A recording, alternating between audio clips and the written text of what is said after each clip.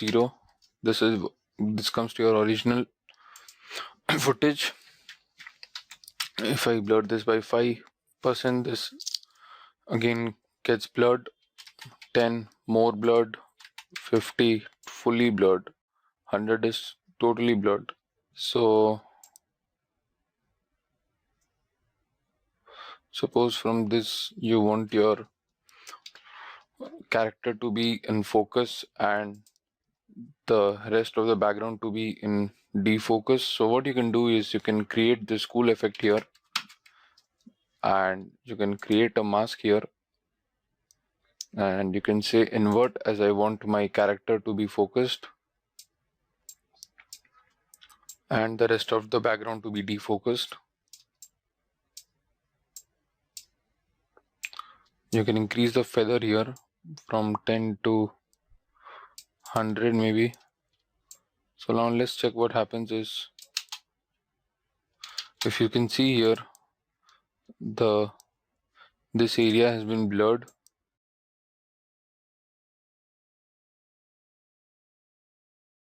This area has been blurred and only our character is in focus.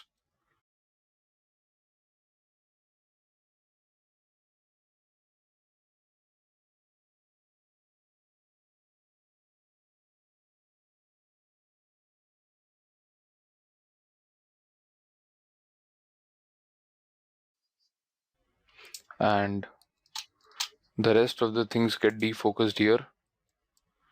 You can again animate this according to your need. As shown earlier also, the animation remains the same, and even the method for animation remains the same. So this was our one type of blur known as camera blur. So this was our camera blur. Now let's come to the next blur, which is channel blur. And channel blur allows us to create blurriness on each and every individual channel of our RGB image. That means red, green and blue. We can create blurriness, we can create blur, we can generate blur on a individual channel. So I've just increased the value to 10 of my red blurriness, green maybe 5 and blue maybe 7. This is alpha blurriness. When there is alpha channel present, then it would work. And I would say here repeat edge pixels, and blur dimensions would be both horizontal and vertical. So if you see here, it is creating the blurriness in individual channels. If I decrease this to 0 and if I increase this to maybe 20, then you can see here things are getting red here. The red channel is being enhanced more and it is displaying more along with its blurriness. So this is very useful when you want to create blurriness on individual channels. But though we try to apply blur on the entire video and not on the channels or the individual channels, the next option is compound blur. It is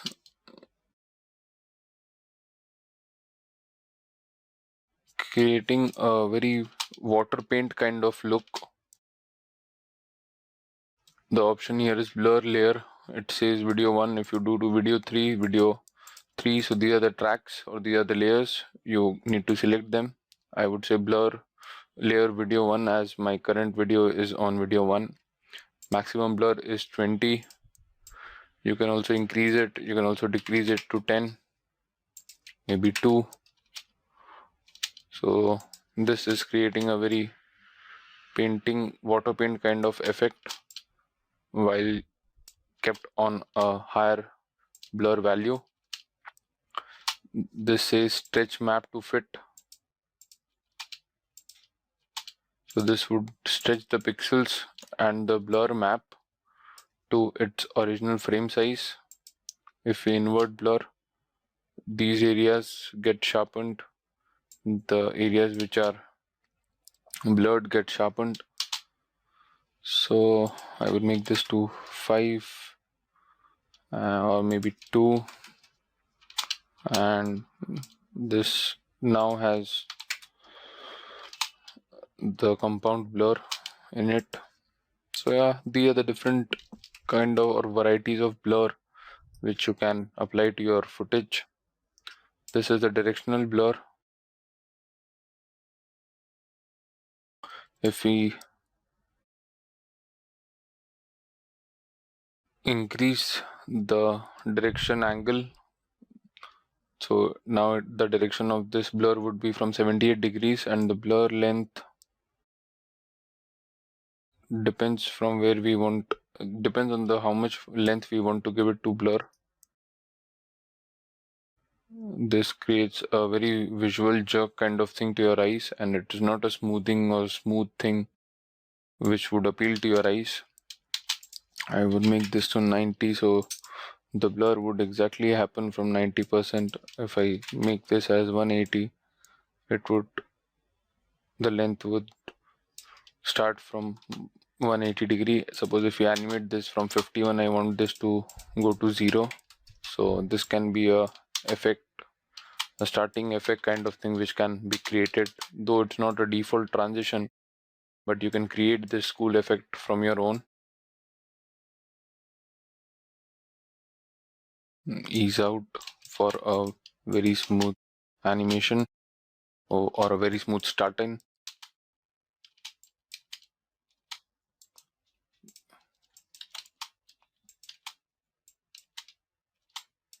Angle may be 50 or 90 or maybe 180. What happens if we make it 360?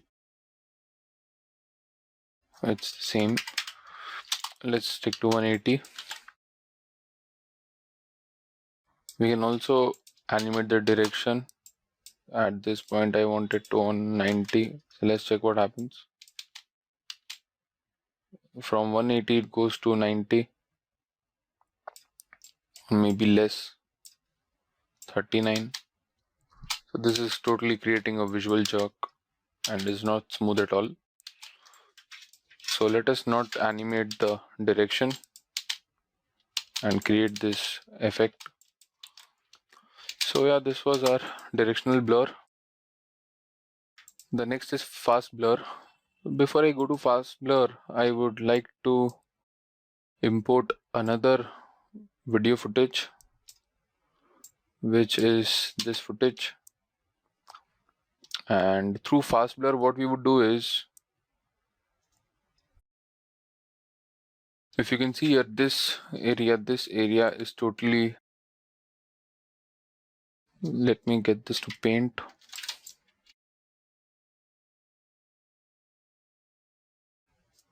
This entire thing is defocused and has blurriness in its original footage. Also contains blurriness and defocus, but it is not as defocused as our the area which is highlighted in green. And if you say this area, this violin is totally focused. So now what we're gonna do through fast blur is let this area remain the same. We would defocus this also in order to get this more focused and more sharpened. So let us try that. I would go to my FX panel and I would say fast blur, and I would make the value to 7 or maybe more. Oh, I did not select this, so you need to select the video footage and then you need to apply the value. So yeah, blur has been created. If you see this right now, currently this is also getting blurred and defocused, which I do not want. So what I would do is I would create a mask through free draw bezier, and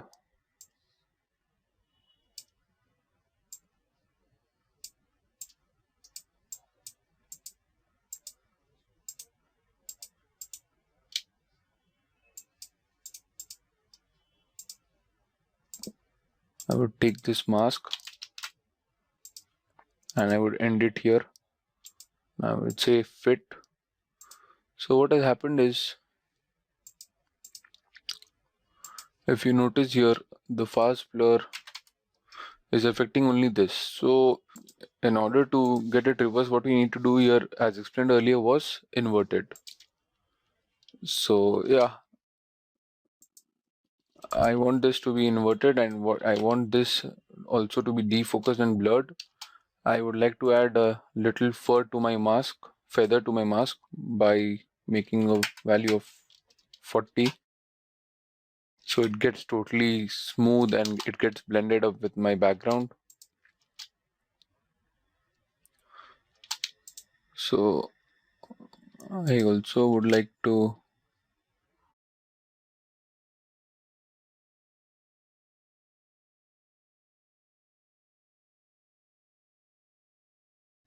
this mask has been drawn through our free draw Bezier mask. If I would have taken this mask or this mask, it wouldn't have helped me to get this shape. So that's why I had taken this free draw Bezier mask.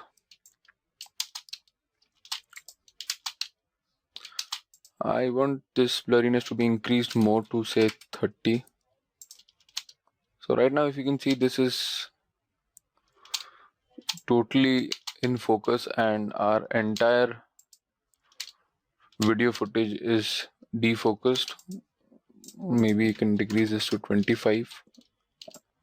So this was a total perfect example of showing the difference of fast blur via masking, and this was an appropriate footage which we had got.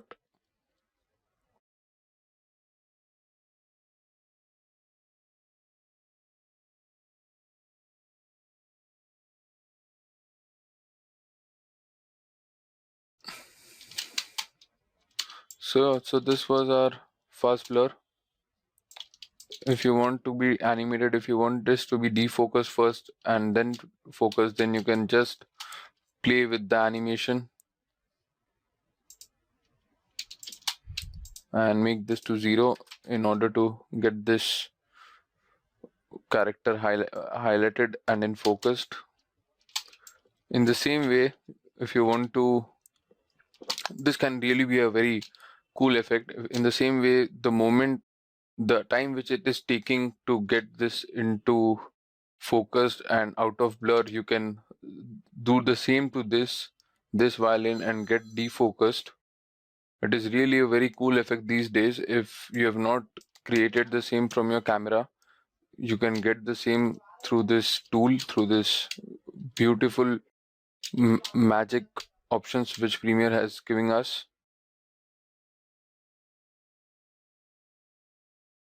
So let's delete this levels, and the next effect here is lighting effects. So let's drag and drop this.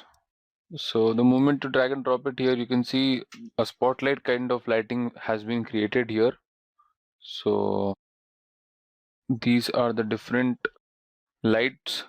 You can add up to 5 lights. It creates a fake light on your video footage and you can adjust it.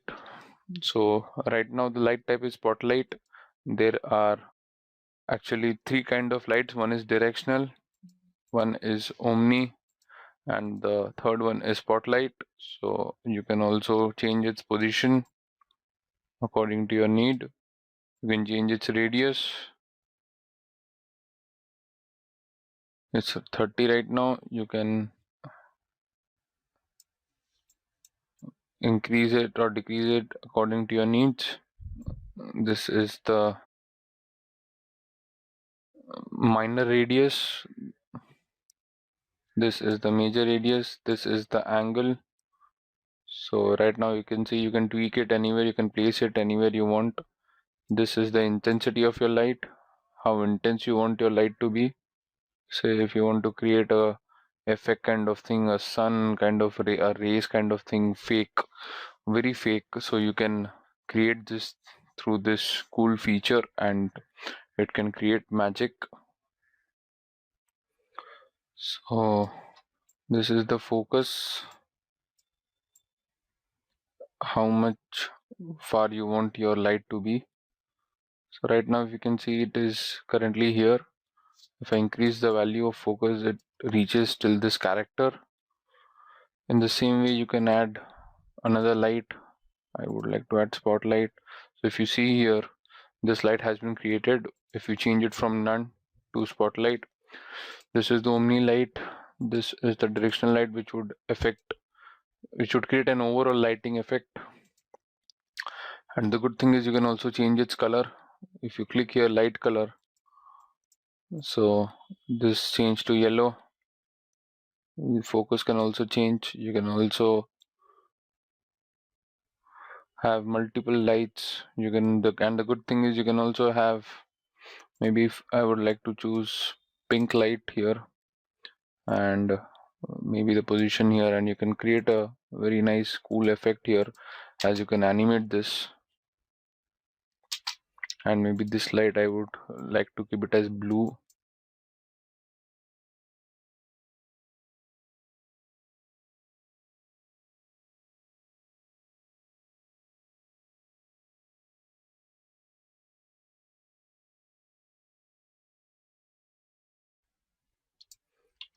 You can change its position, angle too,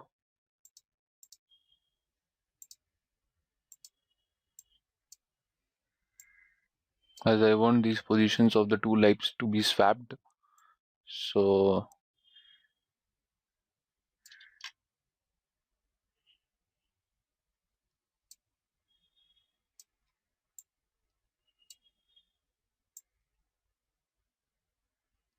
let us check this.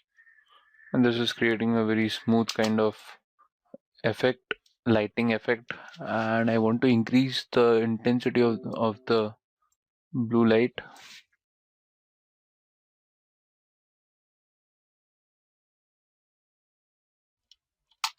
So if you want to change its color from blue, maybe I want it to be a neon green. Then again, I would want it to be orangish. So by the time it reaches,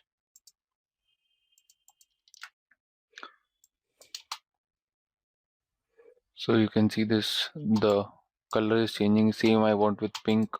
I want it to be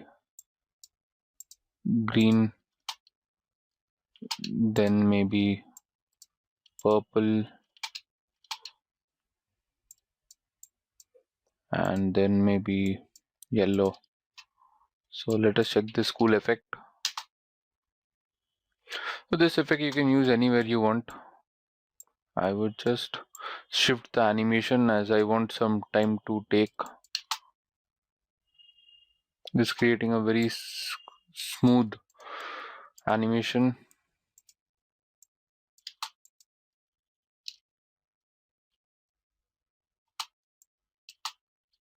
Along with the position, its angle and its color.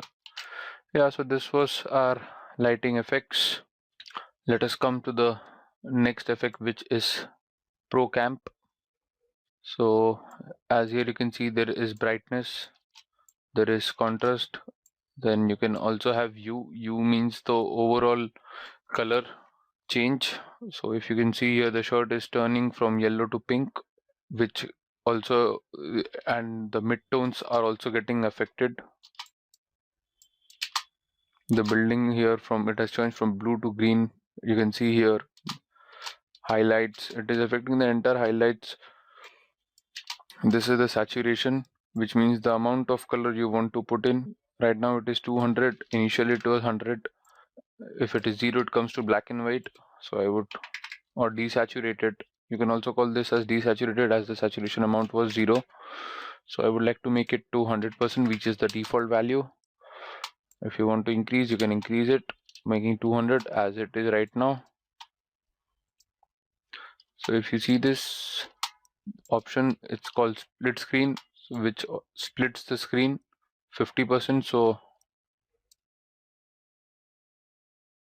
if you want to have this kind of effect, you can also have it, which is splitting your screen.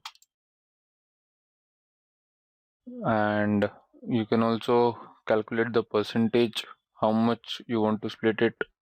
Like if I'm tweaking the values, so you can automatically see here. You must have noticed that this split is also changing. Right now it is 84. It can come to 48, 50, anything you want. So this was our pro camp. The last one for our adjust effect is shadow and highlight.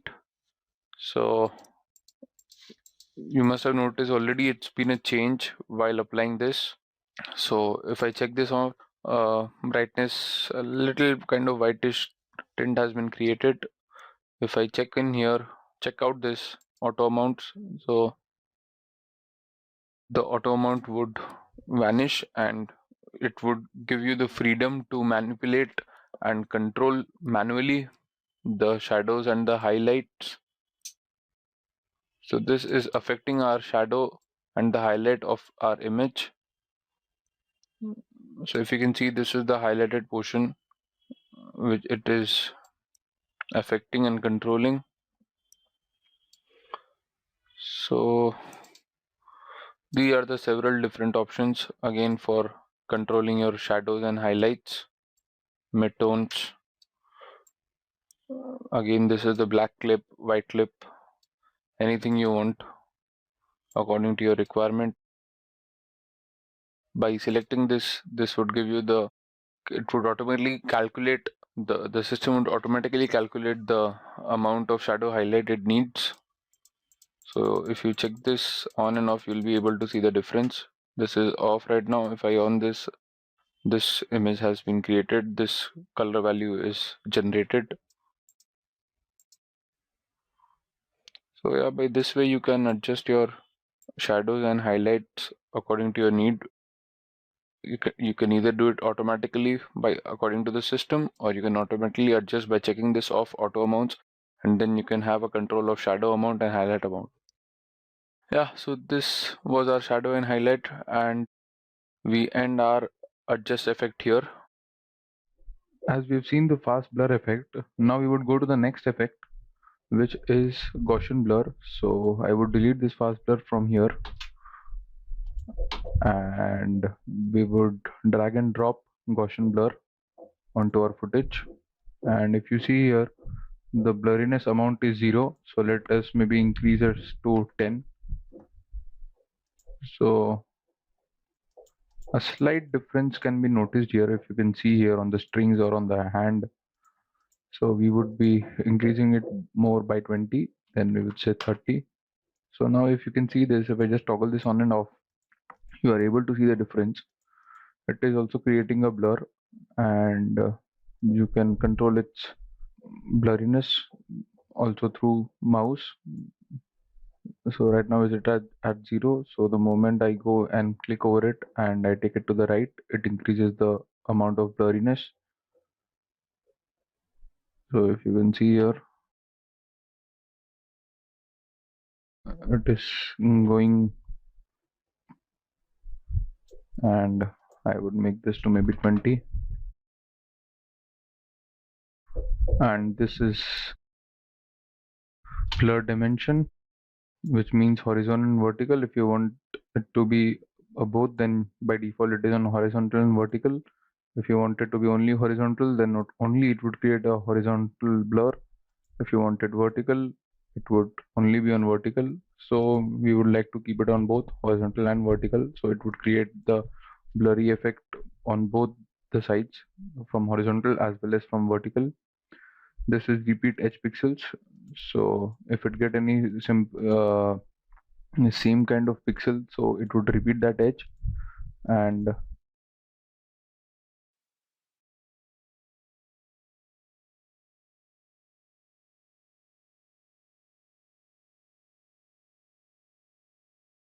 so this was our Gaussian blur.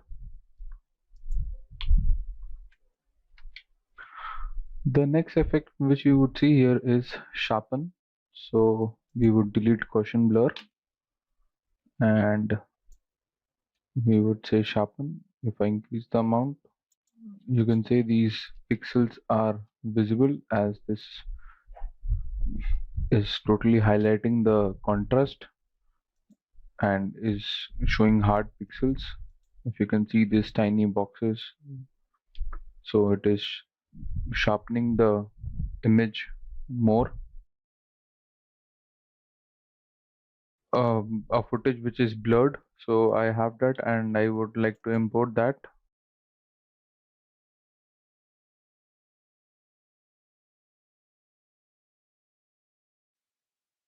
If you see this, this is my footage. It's blurred. If you can see this, this is blurred. So let's try it on that. And I would replace this clip with from bin. So if you can see here, let us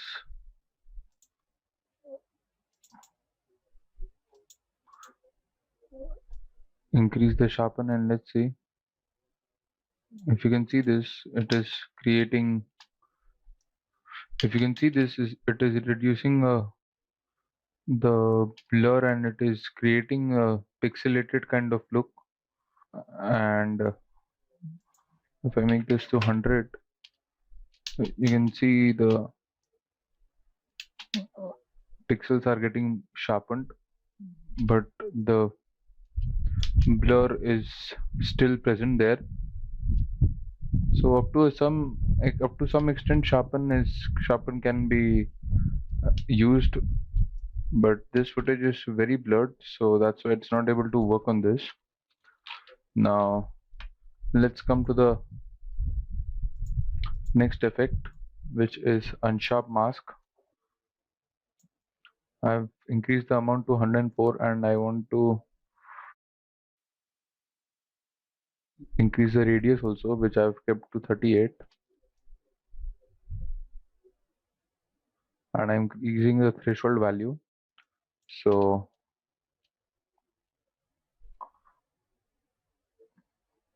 this unsharp mask as well as sharp would work if the footage is or the image is very like if it has little blur in it, and this would not convert the entire blurred footage to a very sharpened one. Then it needs to be reworked and it needs to be reshooted through the camera itself. To some extent, Premiere has given us the facility to sharpen your footage. So these both effects are basically for getting your images, videos more sharper, but of course up to some extent. So yeah, this was our effects of blur and sharpen. The next set of effects are channel, where we have different effects like arithmetic, blend, calculations, compound, arithmetic, invert, set matte, composite. So we would look at them one by one. So at first I would like to replace this footage with this, which I have in my timeline. So this is mainly a scuba diving video shot. So let us replace it with this. I would say replace from bin.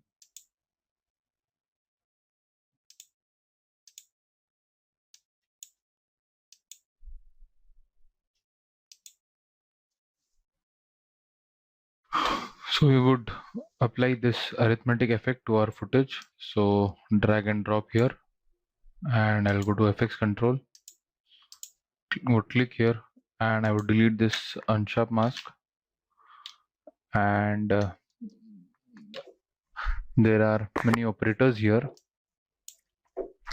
If you can see here, it's the first operator is XOR.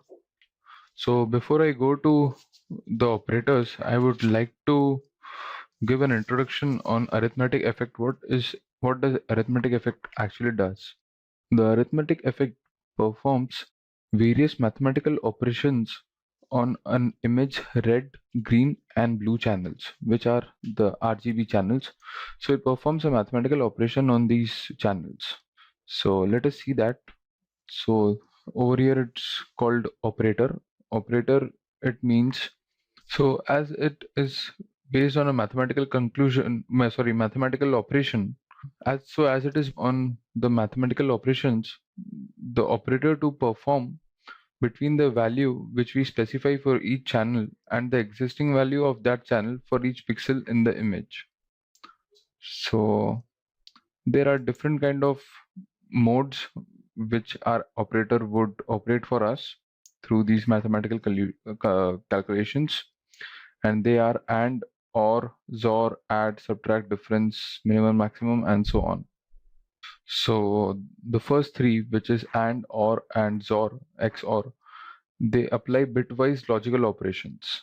So if we select this as AND, so right now you can see there is no channel, not a pixel has been, not a video or any kind of pixel has been displayed, or any color channel has been displayed. If I go for OR and if I increase the value of red value, so you can see this image is turning to more of a red channel, and it has created or enhanced, and it has given a third color tone to this image, and it is creating or multiplying the red value of on this footage.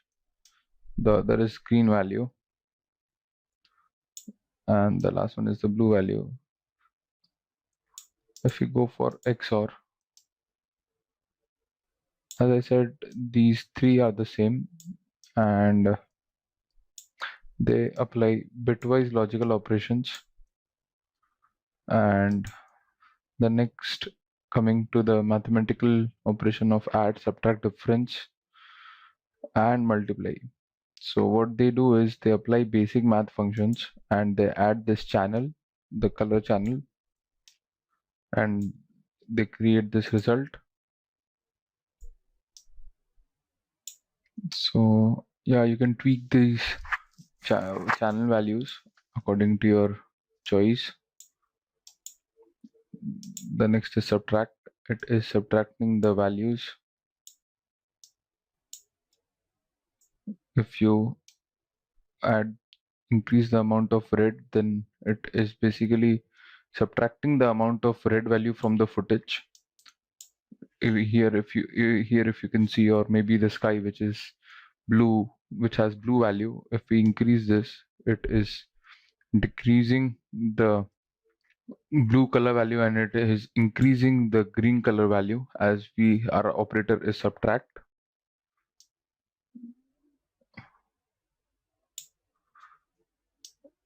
The next one is difference.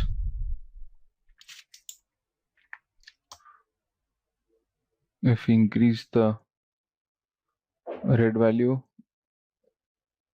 it is forcing the channel from green and blue to change itself to from their respective channels to red.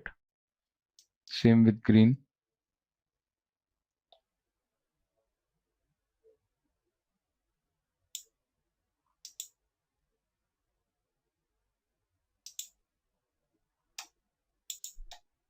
And it's the same with blue color value. If you can notice here, as I'm increasing the value, this is turning into blue. Plus, if you can see the water here, which was originally green, if I turn off this, you can see here has gone green values more, so it is turning into blue.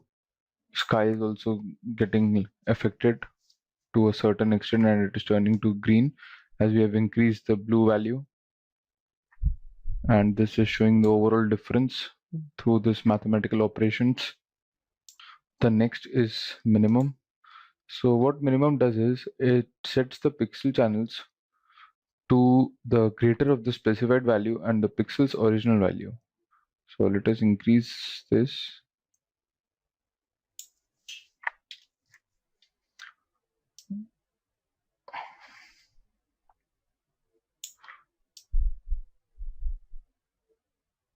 So it is getting influenced by the amount of tweaking we are doing with each channel, and it is creating output. maybe a slight change can through which you can color correct your footage can do wonders here through this mathematical calculations, a kind of tonal which you want to give it to the overall footage.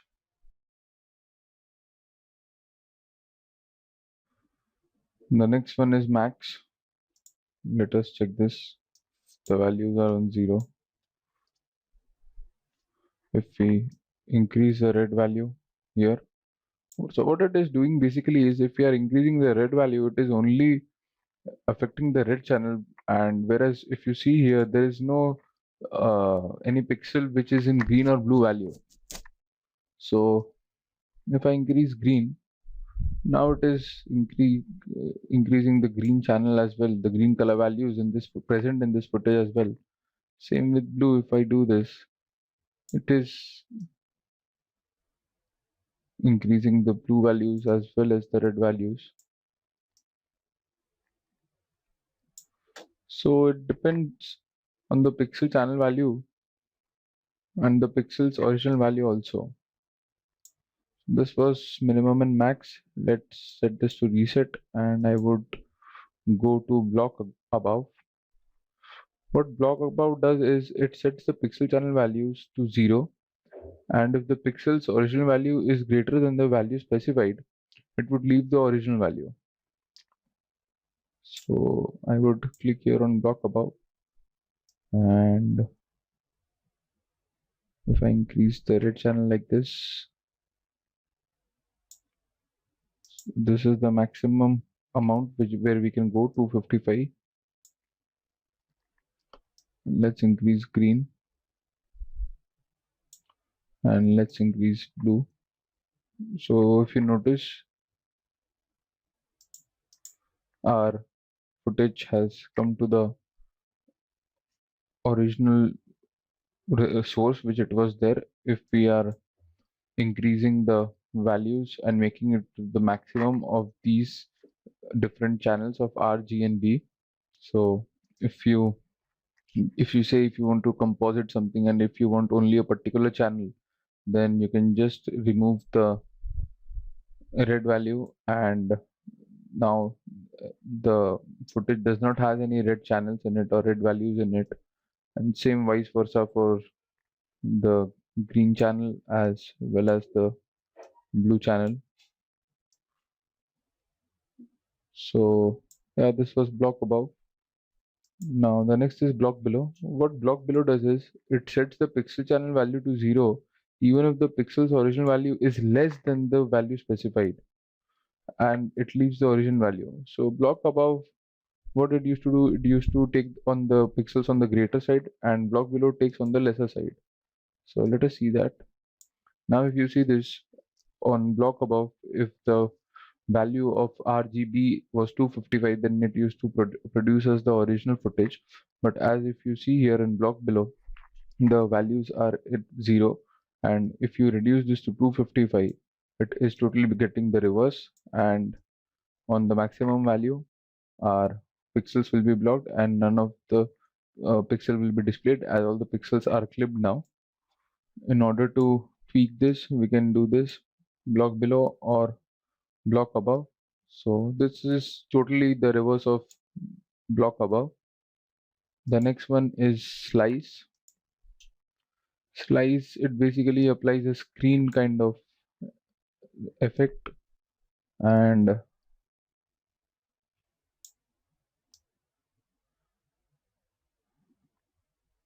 if you increase the values of the channels, it creates a blend or the color value according to its mathematical operation.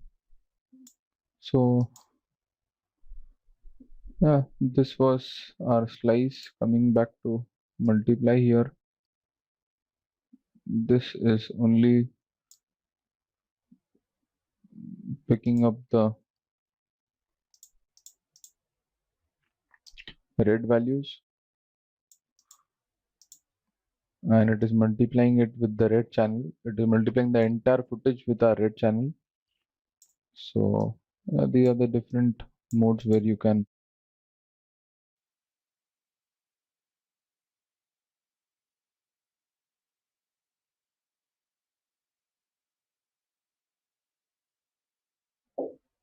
again it creates a whitish kind of tint where you can again control your effect and you can tweak the color values according to your need.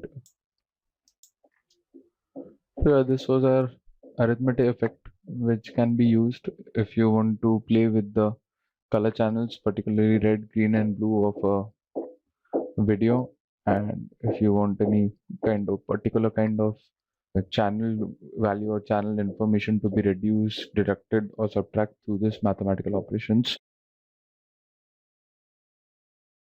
Now let's come to our next effect, which is blend, and apply this to our footage. So if you can see here, as I've applied the blend effect, so this is displaying on my FX control. So what exactly blend effect does is it blends two clips using one of its 5 modes, and there are different kind of modes which are available here and different kind of options which are also available here through which we need to blend our footage. So let's check this. So on our track 2 we have this scuba diving footage, and on track 1 we have this a character walking on the road leading towards his home. So let's get a blend if we are able to blend that. So I would say blend with layer 1, as I want this track 2 to be blended with my video 1. So I selected video 1. So now coming to the mode, let's make this to the first one, crossfade. So crossfade fades out the original image while the secondary image fades in. So it is a very kind of dissolve kind of effect, and we'll be able to see it if we are tweaking with its blend value. What does this mean, blend with original? It basically means the effect transparency, how much you want to see. If you play this now, you're not able to see anything as it has not been blended, and we need to set a percentage here in order to get the blended value. So the result of this effect is blended with the original image with the effect result composited on top. So the higher we set the value, the less the effect affects the clip and the less the effect would be visible. For example, if we set this value to 100, this effect has no visible result on the clip. And if we set the value to 0, then the original image does not show. So let's see if we keep this as maybe 50%, which would show 50% of this as well as this. So right now it is showing, let's stretch this to here. So right now it is showing a blended image of both. So if you can see here, both our footages are being played. Both the footages are playing with a 50% value on both. So if I say maybe I make this to 70, so much of my video 2, the scuba diving footage would be visible. If I make this to 40, then more of my video clip on track number 1 where the boy is walking towards his home would be visible. So are the values which you need to play with. The next one is color only. So what this does is color only colorizes each pixels in the original image based on the color of each corresponding pixel in the secondary image. So let us see that.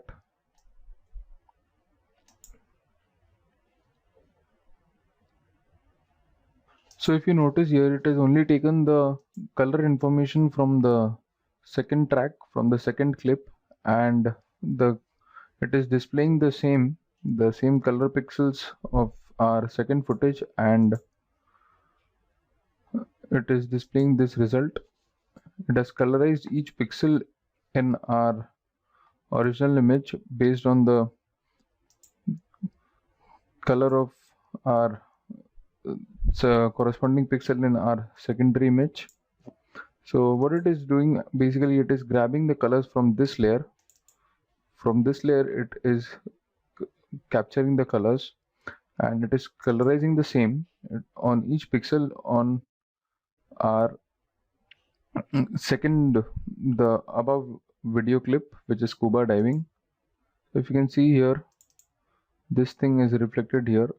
So it is basically colorizing the pixels from our base layer. So let us come back to this, and we would go to tint only. Tint only is also similar to color only, but the tint pixels in the original image, it tints the pixels in the original image only if they are already colored. So let's go to the first frame and check it. So it means if this is original color, then only it would tint this.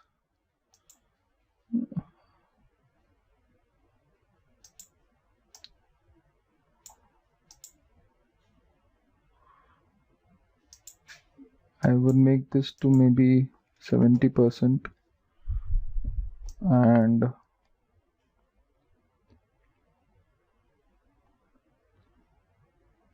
and basically if you can see, it is only affecting our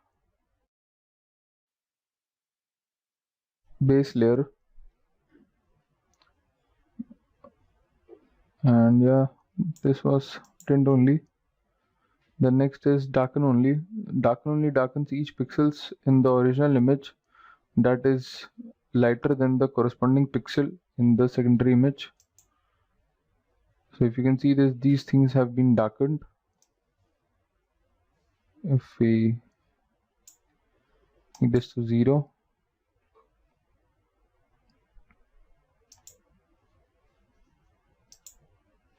if I make this to 100, this is only visible. If I make this to 0, in order to show you the difference, even if the value is 0, it should reveal this layer in full, but it is not revealing that, as the darker pixels, it is in darken only mode, and it is darker each pixel in the original image. So this is also getting affected, and it is displaying a blend of both, though with the value of 0%. The next is lighten only. So what lighten only does is it lightens each pixels in the original image that is darker than the corresponding pixel in the secondary image. So if you see this, these both are reverse. Darken only used to only darken the pixels which are lighter than the corresponding pixel in the secondary image, whereas lighten only darkens is in each whereas lighten only lightens the each pixels in the original image which is darker than the corresponding pixels from our base layer or the secondary image. So if you see this, I've made this to lighten only, so it is creating a lighter kind of feel. And if you can see here, it is 0. I would make this to maybe 50%, and it is creating an overall lighten. It is lighting the clip. And this option we have already seen, blend with original. This is the percentage. This is if layer size differ, what you want to do. It says center is or stretch to fit. Suppose if the size was maybe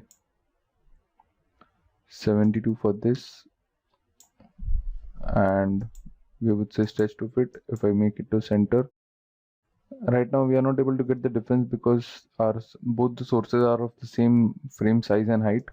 So if you face any issues while if the file size or the file dimensions are not same, then you can make this to stretch to fit or center, whatever you want. These both footages are of my 1280 and 720, so I'm not facing that issue as of now. So if you want, you can do that if you ever face that issue. So yeah, this was our blend effect inside channels. The next effect after blend is calculations. So we would check this calculations effect. So what calculation effect does is it basically combines the channels of one clip with the channels of another clip. So if you can see here, there is input, there is second source, and blending mode. So if I expand this input, it says input channel, which is RGBA. So this input channels basically extract, and it uses as input to the blending operation, and basically ask the user to which channel the user wants to input it from the second source. And the first one, if you see, it says RGBA, which stands for red, green, blue, alpha combined. So this RGBA displays all the channels normally, whereas the next one is gray. So the gray converts all color channel values for a pixel to the luminance value of the original pixel.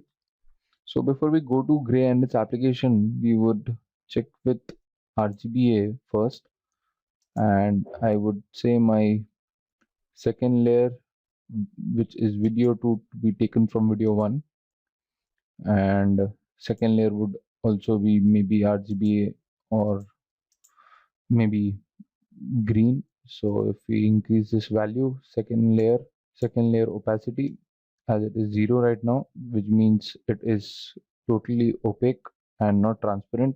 So I would increase it to maybe 60%, so it is only, or maybe 100% for you to show now. So this channel, if you see here the footage, you see here the video clip, it is only showing the green channel. If we go to blue, it is only displaying the color channel, which is blue. If you go for alpha, it will be show white, as there is no alpha channel or transparency present in our footage. And if you go for RGBA, it shows all the values, R, G as well as B, which means red, green as well as blue. So if we make this to 50%, it displays both the layers with RGBA. This one would be gray. What if we do here video 2? So it would calculate the same mathematical calculation will be operated, but it would, the second source or the second layer would be video 2 itself, as we had selected video 2. So let us select video 1, as we want to mix it with video 1 here. The next option is gray. So the input channel of our source also becomes gray now, and the second layer channel is also gray. Let's make it to green or maybe red. So over here, if you see, it is only displaying the red channel.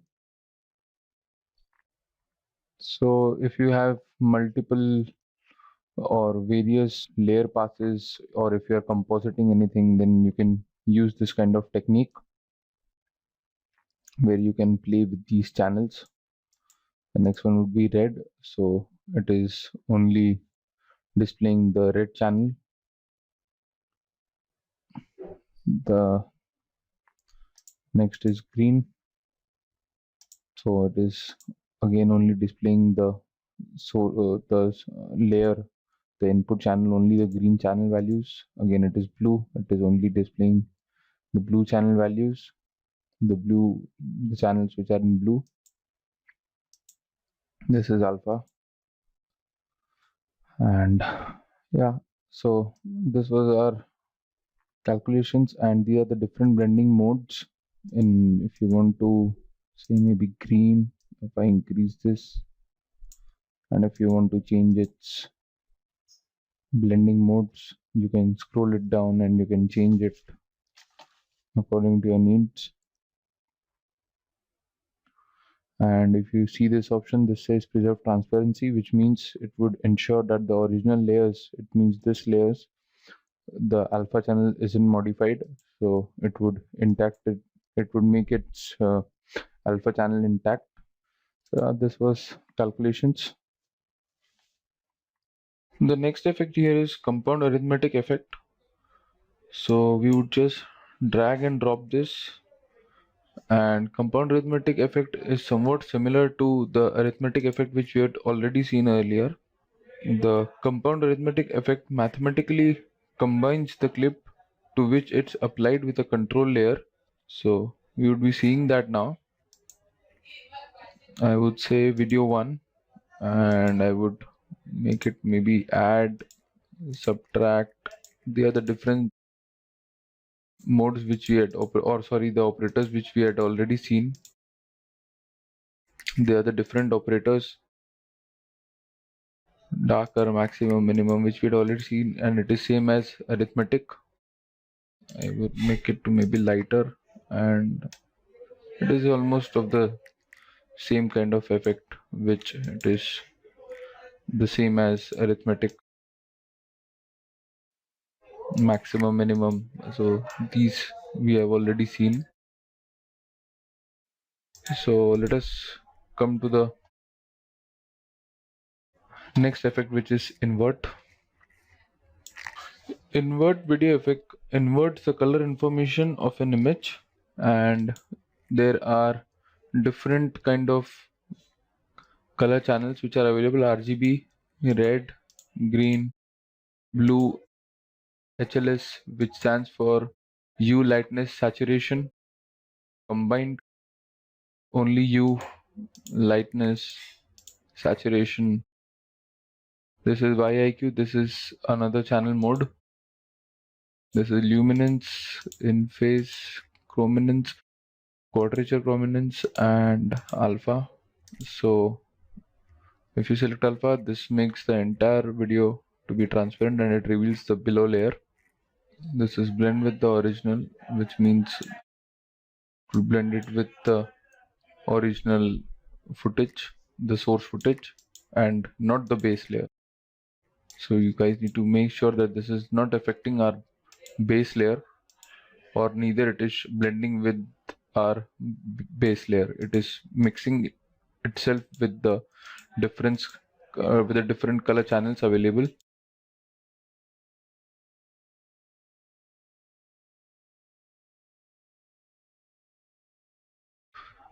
So this can be, suppose if you do not want much of this, then this kind of effect, if you want to create, this can be useful. Or maybe the blue channel, a bluish tint it would create. Same with green, hue, lightness, saturation. YIQ, luminance, in-phase chrominance, and quadrature chrominance, they invert all three NTSC luminance and chrominance channels, whereas Y stands for luminance, I stands for in-phase chrominance, and Q stands for quadrature chrominance. So each of them invert an individual channel here. They basically belong to NTSC, which stands for National Television Standards Committee. This is operational when you are working for broadcast industry, when something is to be broadcasted.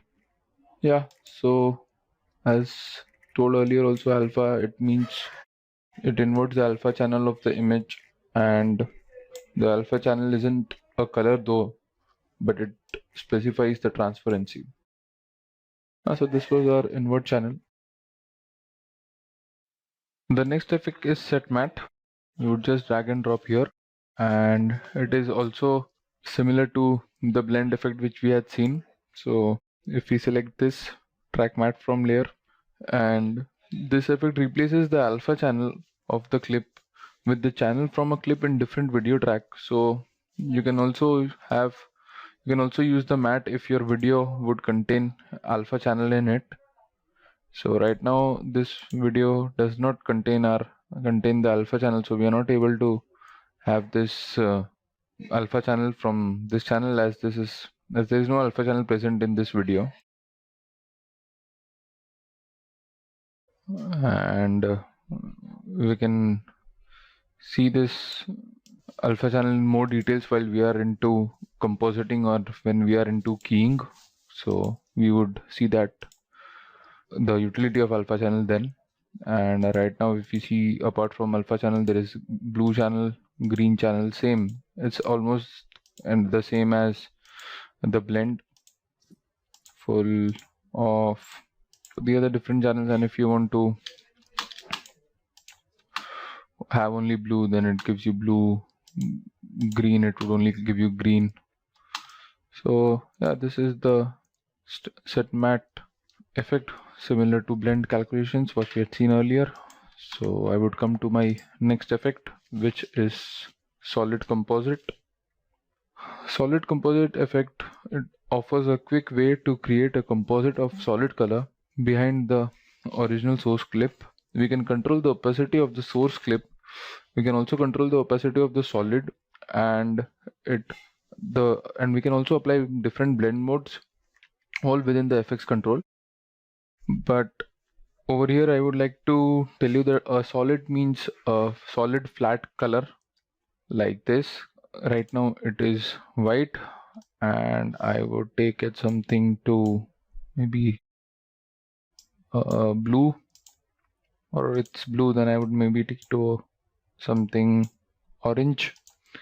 And source means our video. If it is black, then if you see, this is totally being 0% and this is 100. If I take this to orangish tint, then it would decrease the opacity of the footage and it would reveal the solid color. It is 0, so it is showing orange. It is 100, it is fully opaque. And if we decrease the opacity here, it would not decrease the opacity, as the opacity of color has been to 0, of this flat color or the solid has been to 0. If we make it to 66, you can see a blend of both the flat color orange as well as the footage on our video layer 1 would be revealed. So if you see this, so right now at this point you have the scuba diving footage which is on our track 2. Beneath it is our orange solid color which is having an opacity of 66%. Beneath it, the video where the boy is walking towards his home is on the track 1 is also being revealed, as the opacity is 66. The moment I take this to 100, the video footage on layer 1 would not be revealed, and I press enter here, so it is only revealing the solid color. And if I take this to 50, so our video footage is now being displayed at 50%. And these are different blending modes. We have already seen these earlier, so they function the same. So yeah, now we are on the end of our channel effects. We have already seen arithmetic, blend, calculations, compound arithmetic, invert, set matte, solid composite. So yeah, here comes the end to our channels effect. Now, as we have seen all the effects under the channel tabs, now we would collapse this and we would expand our next set of effects, which is color correction, and is widely used for color correcting your footages, your video clips, your movies, your edits, color grading. So let us come to the very first effect under color correction tab. I just dragged and dropped, and as we are looking towards color correction, I would also want my workspace to be in color correction mode. So I would go to Windows, workspace, and I would say color. So this cool workspace has been provided in 2015 when you are working on color. So I would select this, and now if we see here, our FX panel has been reduced here, and if we select this and if I click here, it gives me a palette known as Lumetri color, which is available from CC 2015 and onwards. So I would like to check on with this basic correction, and I would drop the first effect here, which is brightness and contrast. We have already added it here, so if I want to delete it, I would go to this effects and I would press delete from my keyboard, right click, maybe cut, so it would go away. And if you notice here, another tab has been opened, Lumetri scopes, which shows us the color channels in RGB mode in our Lumetri scopes window panel. So but now we would like to tweak with the effect of brightness and control. So before I go to the effect and its attributes, I would like to tell you the main difference between brightness and contrast, as many of the users, many of the people have this confusion that these both are the same thing, but no, these both are not the same thing, and they play a very vital role in your video clip or on any kind of image. Let's see the difference between both. Brightness refers to the absolute value of color tones, lightness or darkness, whereas contrast is about the distinction between lighter and darker areas of an image, and it refers to make more obvious the objects or details with an image. Increasing brightness of an image would light out all colors so that the original light ones will become up to white and it would become more whiter, whereas increasing contrast on an image will increase the difference between light and dark areas. So light areas will become lighter and the dark areas will become darker. Reversely, decreasing the brightness will darken all colors so that the original shaded ones will become black, and decreasing the contrast will make lighter and darker areas stay approximately the same, but the overall image becomes more flat and starts looking as if it was washed out. So let us check that difference, and we would go to brightness and contrast and we would increase the brightness of this. So if I'm increasing the brightness of this as told just now, it would increase the more, it would make the image more whiter. So yeah, it is creating a whiter tint. If I decrease the brightness, it is making the video clip darker. And what if I increase the contrast? So increasing the contrast has increased my lighter areas to more lighter and darker areas to more darker. And it has also increased the difference between the light and the dark areas. And if I decrease the contrast, so it completely washes out and our image or the video clip doesn't appears, and it appears to be as grayish tint. So while color correction, it depends on what kind of feel you want to have of the video clip. For say suppose I want to have a enhanced brightness on this footage, or maybe we can disable this and we can have brightness and contrast on maybe this footage, and we can enhance the brightness a bit and contrast a bit, and I want this cinematic kind of look in this footage. So if we check on and off, you can get the difference, you can feel the difference. If you can see here, my tree, the leaves of the tree are getting white, so I would like to decrease the contrast a bit so that so any of the elements of my video clip are not getting chopped off and are visible, and each and every minute detail is also visible, as I want to make my viewers all the elements which are available on my video footage viewable.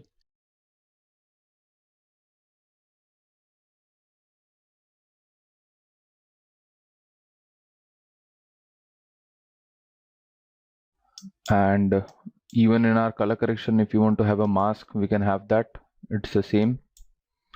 I would scale it up, and I would also have a nice feather effect, and I would make this feather to maybe 50. So if you can see here, this is only affecting our corner edges.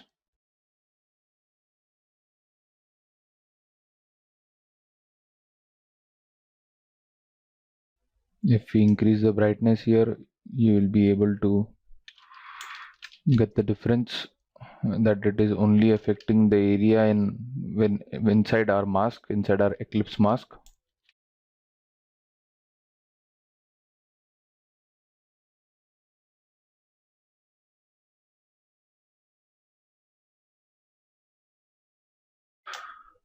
So if you can see here, it is creating a very smooth blend, and only the area inside our mask is getting affected through this effect. So yeah, this was our brightness and contrast effect inside the color correction tab. As earlier we had seen the effect of brightness contrast, so now we would move to the different color correction effects on an advanced level, the different kind of effects which are available in Premiere for color correction. So at first we would like to get into the depth that why do we use color correction, or what is color correction. So let's see. So color correction is basically a process which is used in stage, lighting, photography, television, cinematography, and other disciplines. The purpose of color correction is to alter the overall color of the light, typically the light color, which is measured on a scale known as color temperature. And without color correction, a scene may have a mix of various colors, but applying color correction in front of light sources can alter the color of the various light sources to match, and the mixed lighting can produce a stunning visual when displayed on a television or in theater. So basically we do color correction in order to get color tone all on throughout our picture which we have created, and to get a color tone, to get a color temperature and the feel of that overall atmosphere and temperature. So through different filters, through different options, and through different attributes, we would be looking to them now. I would come back to Premiere and I would import some new clips.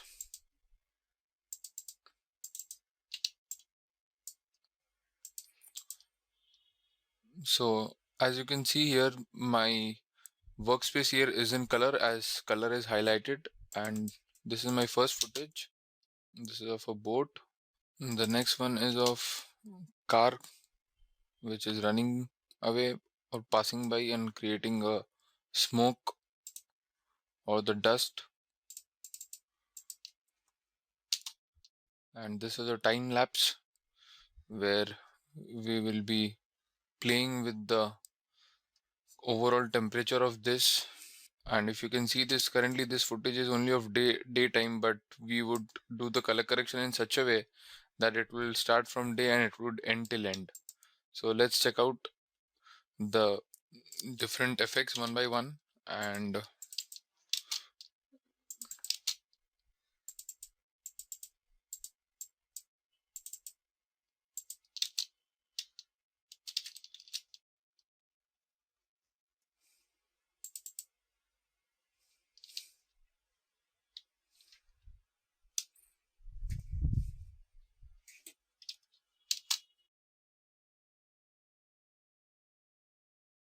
so let us take this footage into our timeline, and I just want this portion around maybe 1 second. I would say keep existing settings.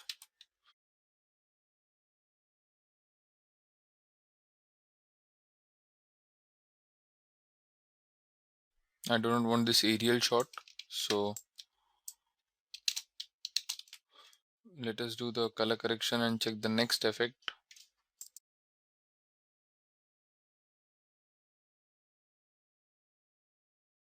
Go to video effects, I go to color correction. As we had already seen brightness and contrast, let's come to the next effect, which is change color, and let us apply this here. And here you can see in our effects control we have got this change color effect. So this change color effect adjusts the hue, lightness and saturation of a range of colors. And if you can come here, if you can see this, this is view, this is corrected layer, and this is color correction mask. So the corrected layer shows the results of the change color effect, and the color correction mask shows the areas of the layer that will be changed. And this is hue transform. This will be the amount of the hue which we want to adjust. And this is the lightness.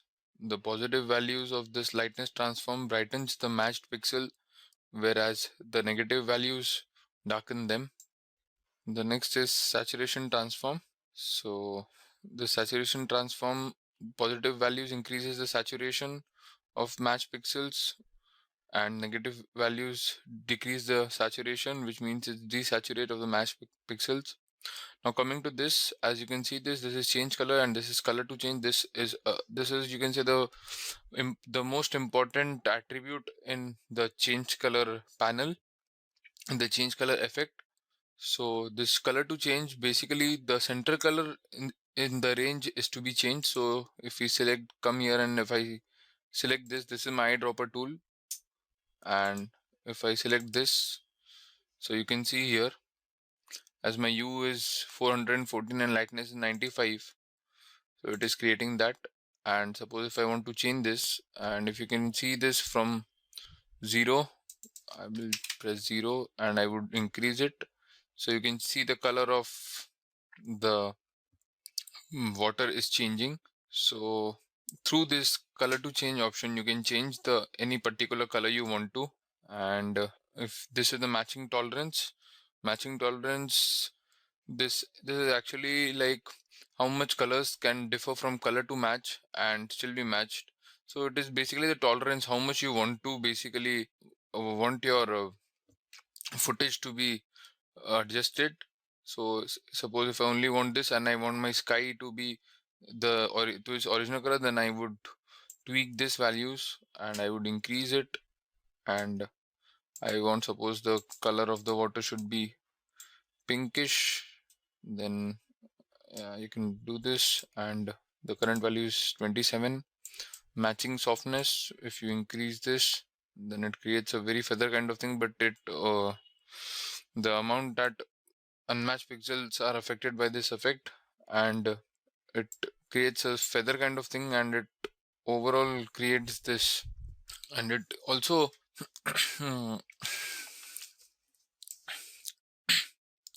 and it also converts our unselected tolerant, or the tolerant value which is not being selected. It also creates that softness and it creates the overall tint.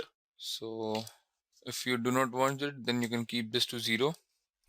Now this is match colors, which determines the color space in which to compare colors to determine similarity. So this using RGB compares colors in an RGB color space. U compares on the U of the colors, ignoring saturation and brightness. So bright red and light pink match, for example. So this is using U and this is using chroma. So right now we do not have the chroma shot here, so it can be RGB here. And this is invert color correction mask, which inverts the mask that determines which colors to affect. So as you can see, this was our mask, this layer, this portion was our mask. So once you press this, it inverts, and the color of the sky and the clouds are now affected by the tolerant. You can increase lightness, saturation on any amount you want.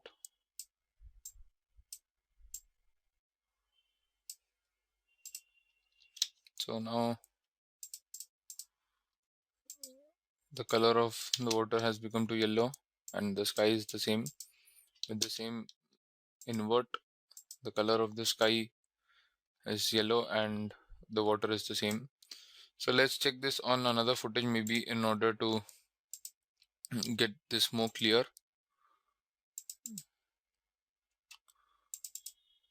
Maybe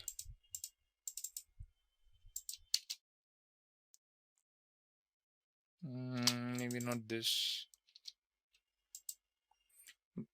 Maybe this footage we can change the color of the grass. So let's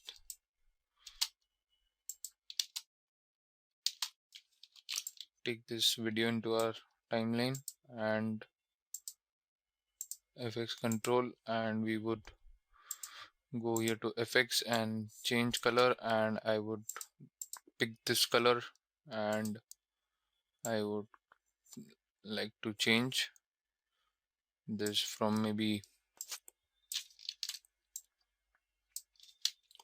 So now you can see it is catching the green pixels, the values in green, the color value which are in green, or the items which are in green. So it is changing that, and it is creating this purple tint as we have changed its hue, and we have also changed its saturation, and we have saturated it more to 37. So let's make it to 15. Lightness, I would say maybe 2. As you can see, you can just change this. It has come to red. So if you want, you can also create a very cool effect, and you can animate this color of the grasses. Say maybe it starts from red, then it goes to maybe purple, and then it comes to its original green. So in this way you can create this cool effect. So this can be applicable anywhere. It may not be leaves, may not be any object. So it totally depends on where you want to have this cool effect. Suppose if there is any character which is wearing a shirt and you want that shirt's color to be animated, that can also be done. So through this change color effect. So yeah, this was change color effect. Now let us come to the next effect. So after the change color effect, the next effect is change to color. The change to color effect changes a color which we select in an image to another color using hue, saturation, and lightness. So it basically tweaks with these values of hue, lightness, and saturation, while it leaves the other colors unaffected. Change to color offers flexibility and options unavailable in the change color effect. If you see, change to color effect has got more advantages than the change color effect, as it also includes options like tolerance sliders for hue, lightness, and saturation for exact color matching, and it has the ability to select the exact RGB values of the target color which we wish to change. So let's check that. I've got a footage. I have a small boy, and he's wearing this red jacket, and we would change its color. So let us take maybe for 5 seconds. I press I on my source and O here, and I would drag and drop here. I would only take the video as I do not want audio. I would say keep existing settings, and right click here and scale to 6 frame size, as my original footage is of 2560 into 1440, but my sequence is of 1280 and 720. So I would like to scale to frame to size.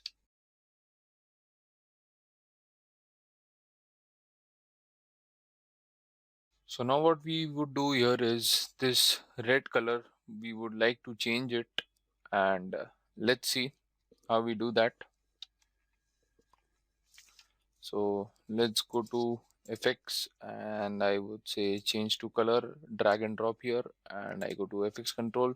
So I can see here this change to color has been applied, and the first option here is from, which means the center of the color range to change. So it basically means the color which we want to pick from here and we want to change, and or we can also select it manually without using this eyedropper tool from the image or from the video clip.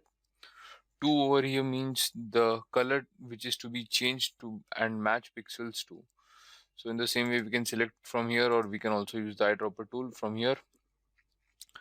And over here the change is in hue and lightness, hue and saturation, hue, lightness, and saturation, which means these channels will be affected. If I create hue or select hue, only the hue will be affected.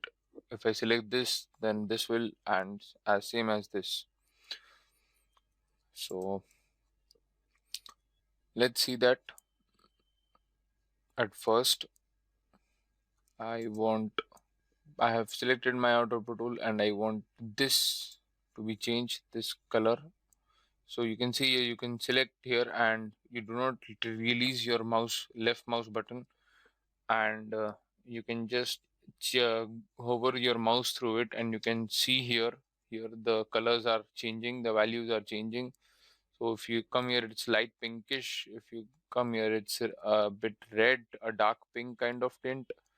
So I would go here and I would release my mouse here, and so now you can see the color has already been changed and it has been shifted from pink to maybe a darkish orange kind of thing. So I want its hue and lightness, so it is also affecting my lightness. I want this to be maybe say green, so everything is getting in green. I want hue and saturation, I, three of them, then it is selecting these pixels also, but let us stick to hue. And from my main purpose here is, the main application here is, I want that red jacket which was the original one to be turned into green, and we will do that. We do not want this kind of dual tone, as it looks very jerky and it doesn't look smoothing to eyes. So we will of course refine tune this, and this is changed by, as I said, this is change the hue, lightness and saturation which are to be affected. Change by, it means how you want your colors to be changed. Setting to color performs, setting to color performs a direct change of affected pixels to the target color, whereas transforming to color transforms affected pixels values towards the target color. Using HLS, which means hue, lightness and saturation interpolation, the amount of change for each pixel depends on how close the pixel's color is to be formed. So I would like this to be setting to color as of now, and this is my hue, lightness and saturation, which is the same as earlier, and this is the tolerance, which means how much colors can differ from colors and still be matched. Expand this control to reveal separate sliders for hue, lightness and saturation values. If we expand this, we are getting this hue, lightness and saturation, and we can also have a tolerance value of this, how much you want it to be affected. So if you, when the moment I'm increasing the hue value to 100, it is also affecting my poles of this. So if I increase lightness, lightness is 100 right now. If I increase or decrease saturation, it is. So let us reset everything. Softness is again the amount of feather which is to be used for the edges for the correction matte. Higher values create the smoother transitions between areas affected by the color change and those which are unaffected. View correction matte shows a grayscale matte that indicates the amount to which the effect has been affected in each pixel. Let us select this, and I would make this to maybe a dark uh, greenish tint, or maybe light blue kind of tint, not blue, or maybe originally it was pink, so we can make this to say light green. And now what we can do here is we can increase the hue, and right now you can see if I maximize this and if I turn on and off,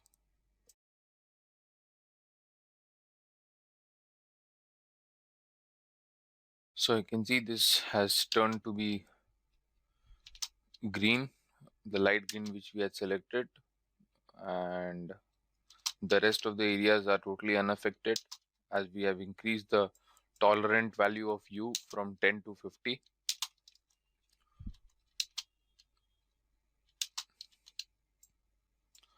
And we can increase its softness by maybe, or decrease it maybe by 20, so I would make this to 30. So if you can see the edges, the feather has been decreased. What if we increase this? So if I toggle this, if I toggle this on and off, it is showing me the area which has been changed in a mask. and let's increase the feather maybe more by 100. It is creating a very smooth, but I do not want that much kind of feather, so I would make this to 30. You can see the difference here. This portion, the moment I enter it 100, it is creating that soft kind of very feather. So this much of feather is not required here. And maybe saturation I would increase down to 80, and lightness also to 80. And if I increase the U value to 100, it is also affecting this poles here. So I would make this to 40 or maybe 30 or maybe 20. So in this way you need to tweak here. So if I'm on 20, this is creating and this is catching the values here. So I do not want this and I want it to be very smooth. So I would make this to 30. So yeah, in this way you can change your footage, the color, any color if you want to. And suppose if you want any portion to be to be away from this, then you can always create a mask and make that out of your effect, and say suppose I want this face here not to be affected. I would zoom in and I would draw a mask here, but in order to do that you also need to animate.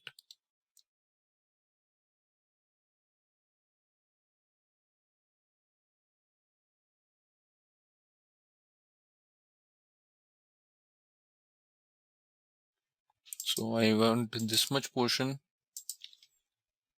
to be unaffected. So right now what it is doing totally the inverse, which we do not want. And so what we'll do here is we would, as you can see, this mask has been created and the rest of the area has been turned to its original, and this portion is only in green. So what we do here is we make this as inverted, and right now if you can see, this portion has been inverted and the original face value, the face color value has come to its original, and it is totally unaffected as we have created the mask. So we would also increase the feather to maybe 20, and now we would check. So as I said, you need to animate the mask. So you go to mask path and you need to animate that. You need to change its position as the boy is, as this character is moving.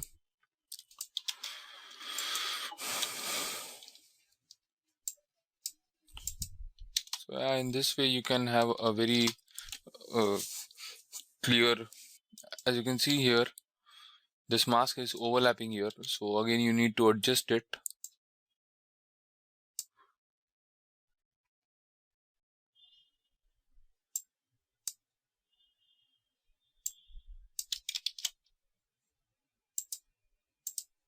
So in this way you will be facing issues while animating your mask.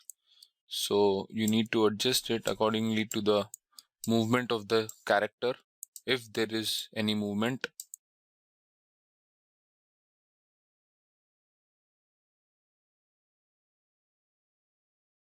I would make this to 15. I don't want so much of feather.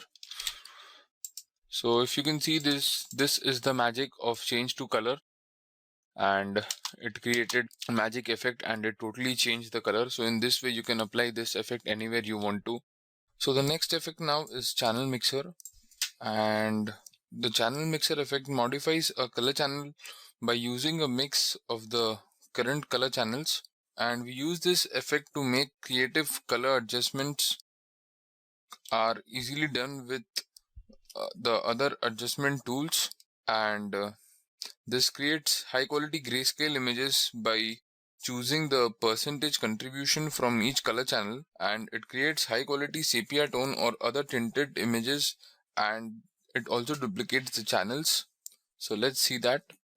Suppose if you want to create a sepia color tone, then we would increase its red channel and maybe blue or maybe green.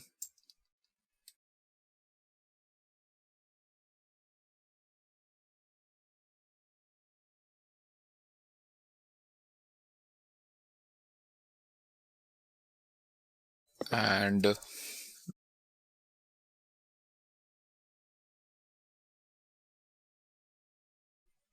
these are the different channels: red green, red blue. So you need to tweak all them in order to create your color tone which you have thought of making it.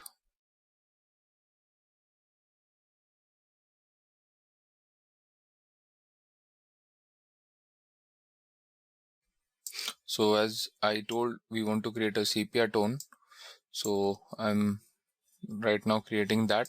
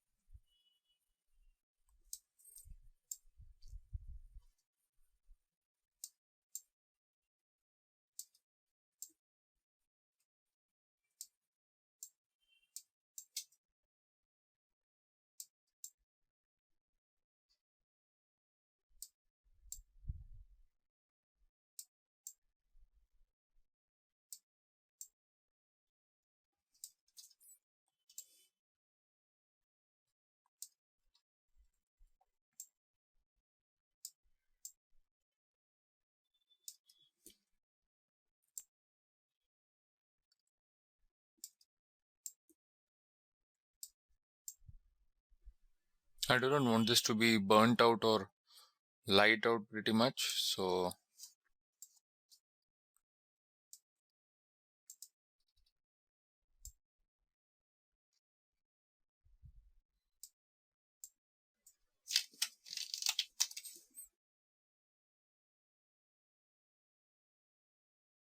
yeah, this was our sepia color tone which we have created by tweaking through the values. So in order to create any kind of color tone, you need to tweak with these values when you are using channel mixer. So if you see this is the effect which was created after using the effect channel mixer. And if I uncheck this, so this was our original footage, our original video clip. And if I again check this on, this was our sepia color tone to which our video clip has turned into. So yeah, this was channel mixer. The next effect is color balance. So let's see that. The color balance effect changes the amount of red, green and blue in the shadows, midtones and highlights of an image. So let's check this by tweaking the values.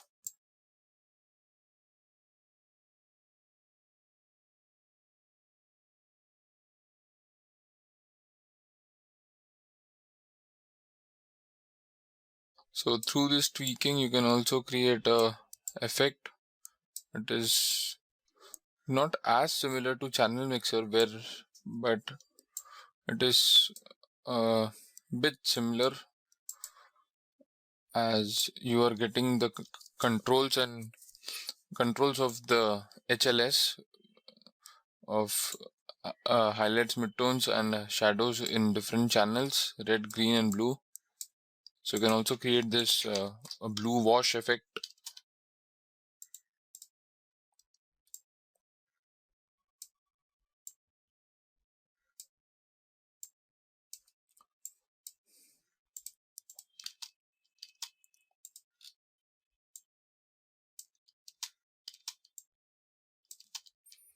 So this is also helpful if you want to create any kind of color tone. The other basically the different effects which are provided by Premiere. So yeah, this was our color balance. Now let us come to the next effect, which is color balance, HLS. So HLS is basically the hue, lightness and saturation which affects, alters an image levels. And hue over here specifies the color scheme of the image, whereas lightness specifies the brightness, and the saturations adjust the image's color saturation. So the default value is 0, which does not affect the colors. The negative values decrease the saturation, whereas the positive values, or when we increase the values, it saturates more. It saturates the colors more. So let's check. This is the U, which is the color scheme of our image, and it is changing the colors. It is changing the colors overall. As you can see here, the background, the trees are also being affected, and it is not as change as the change to color effect which we had seen earlier, though it is creating this greenish tint which we had already seen, but still the overall, these poles were not affected in change to color, as we had tweaked the tolerance value, but over here everything is being affected on an overall image. This is the amount of saturation, as I told earlier.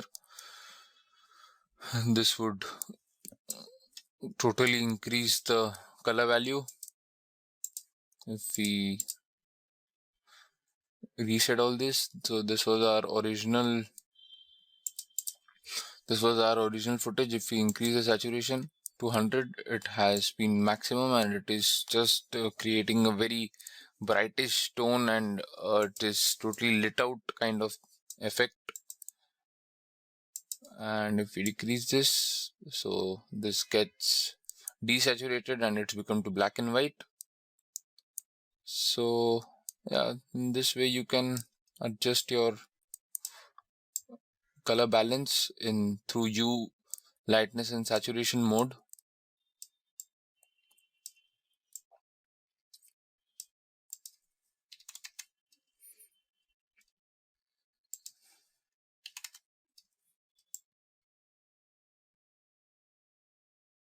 So this was color balance, HLS.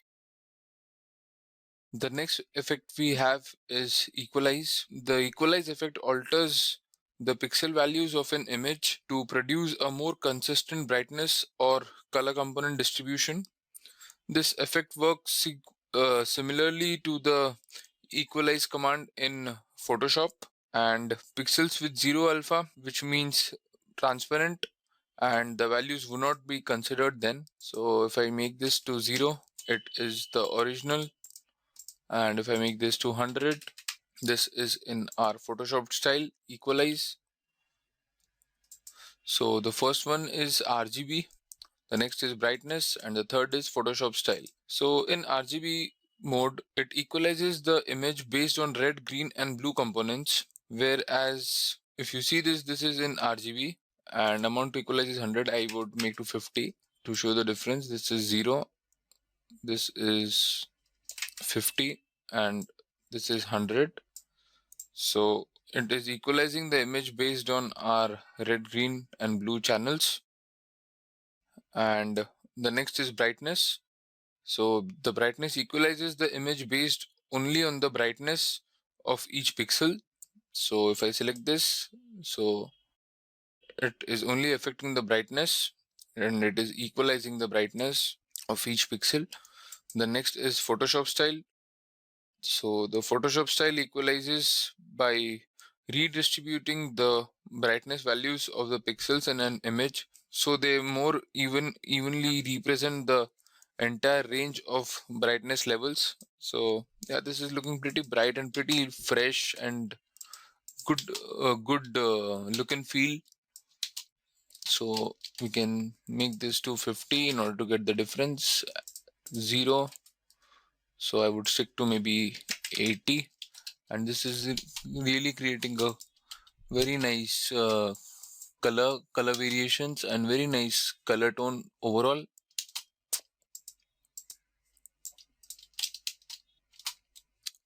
Just check this. If you have this equalize option off, if you equalize effect off, it was looking something like this.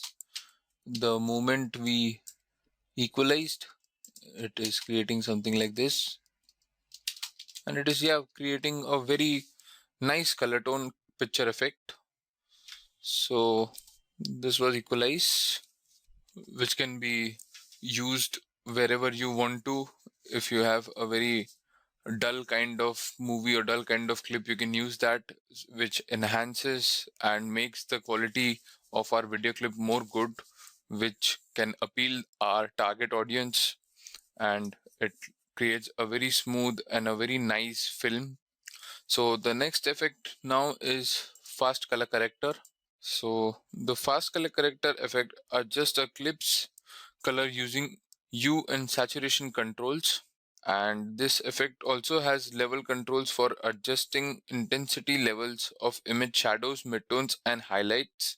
This effect is recommended mainly for making simple color corrections. So let's check that fast color corrector, and we would off this equalize, and this is our, let's delete the previous effects one by one.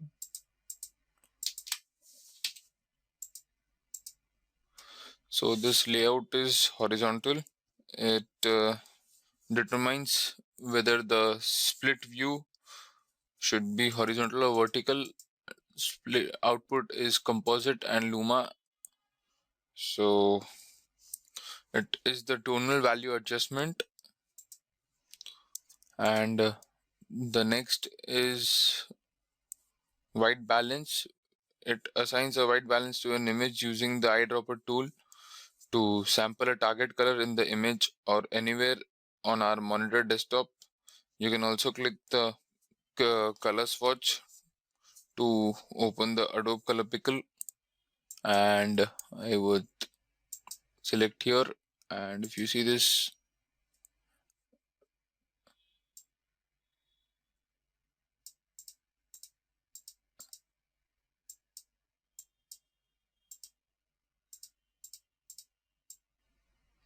so if you can see this, this is creating this vertical kind of effect, which is, this is our effect along with the effect, and this is without effect. So you can tweak this, and vertical, horizontal, anything you want. I want vertical, and I want this to be on 53, and you can just tweak this from your color wheel, and you can set whatever kind of tone you want to have. And this is the U angle. You can even rotate this. So if you see this here, this is the color of this poles is changing, and along with the color of the jacket. So this is our U angle, which is changing. I would like to stick to 0. This is the balance magnitude.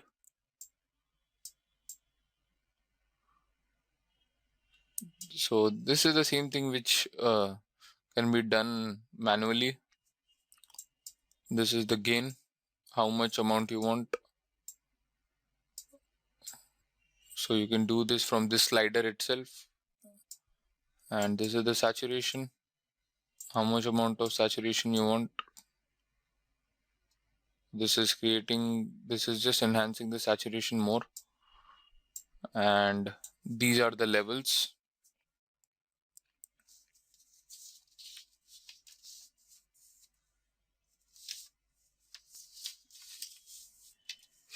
So this is the, I would reset this, and I would come here to this auto black level. So auto black level raises the black levels in a clip, so the darkest levels are above, and a portion of the shadows are clipped, and the intermediate pixel values are redistributed proportionately. And as a result, this auto black level lightens the shadows in an image also.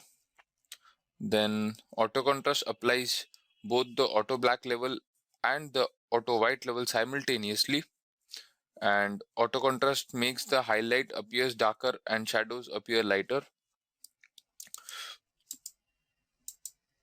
whereas this auto white level lowers the white levels in a clip so the lightest level do not exceed, and a portion of the highlight is clipped and the intermediate pixel values are redistributed proportionately, and as a result this auto white level darkens the highlights in an image. So these are the three different levels: black, gray and white. They set the level for the darkest shadow, midtone gray and lightest highlight using the different eyedropper tools to sample a target color in the image. And we will see this now. Maybe suppose I pick this. So if you can see this, this is being highlighted and the others are being into dark, the other color values, the other pixels. Suppose gray, if I want it to be blue, and white I would say green, or maybe white remains to its original,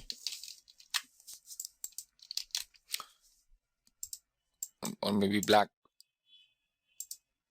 or maybe red. So it is leaving this red pixels here. I would like to stick this to white. You can increase this from here also, from the input levels. So this is also creating a third tone in your composition. And in this way you can also do your CC or color correction. In professional terms we use CC and we do not use color correction, as CC is shorter and easy to be pronounced, so we would pronounce it as CC. These are the different attributes of the levels of our black, gray and white levels, which says how much you want this: input black level, input gray level. So it's the same thing, just our treatment for this is different, and they have just provided with different attributes where you can do it manually and not using the slider. I prefer using the slider. So it again depends upon your preference how you would like to use it. So yeah, this was our fast color corrector, where we can adjust our hue as well as the overall color tint with our input levels of gray, black and white levels. The next option is leaf color effect. So let us apply that, and I would switch off this fast color corrector, and this is back to my original video clip. And this leaf color effect removes all the colors from a clip except those similar to the color which is to be left. And so basically there is a very cool effect these days where, and it's total, this effect is total trending also, where you see a particular area of any character or a particular object is in color and the rest of it is on white and black, which is black and white, and only that particular object or character is highlighted and is in colored, and the rest is in black and white. So we would see that here. So what we would do here is this red jacket would be highlighted or will be in its original color, which we would ask to be, which would ask this leaf color effect to leave, and the rest of it we would like to desaturate it by making it black and white. So let us pick this color through our eyedropper tool, and let us come here and select this, and I would select this color, and it says amount to decolor, which means how much color we want to remove. So let us increase this.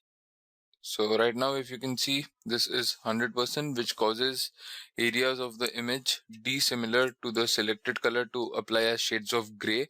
So yes, it is turning into gray, and if I say to 0 and if I increase its tolerance, which means the flexibility of the color matching operation. 0% tolerance would decolor all the pixels except those that exactly match the color to leave. And let us check this.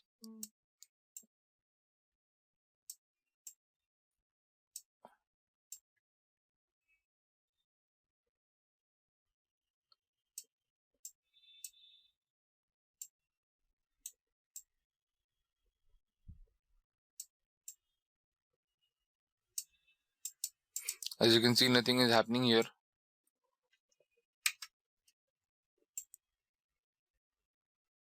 So this is changing this, and it is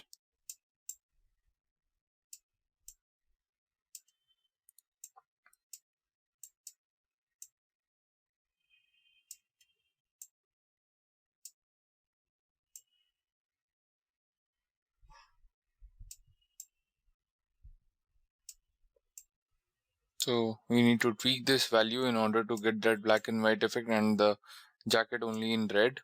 I would say rather than using RGB, I would say use U, as RGB would determine the RGB values, and choosing RGB would have a more strict matching that usually decolors more of the image, and using U would choose any shade of blue or any color or maybe red, or when we would ask that to leave. So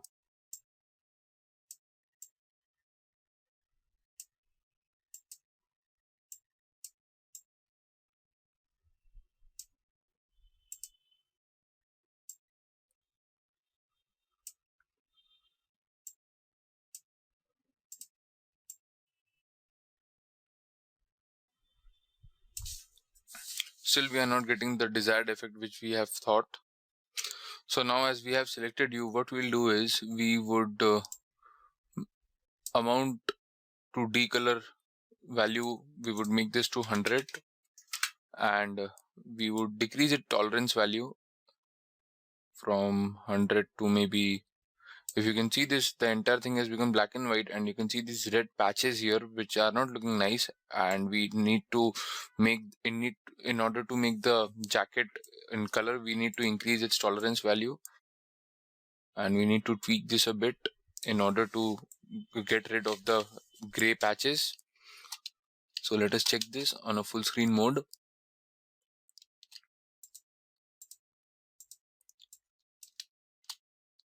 So if you can see now, this is only been in color and the rest of it are in black and white and are desaturated, and this is really a very cool and very trending effect these days, which you can find in any kind of music albums, or maybe a particular scene in a movie, or maybe a trailer or anything. So you can use this effect. This effect is leaf color, and this is looking really cool. And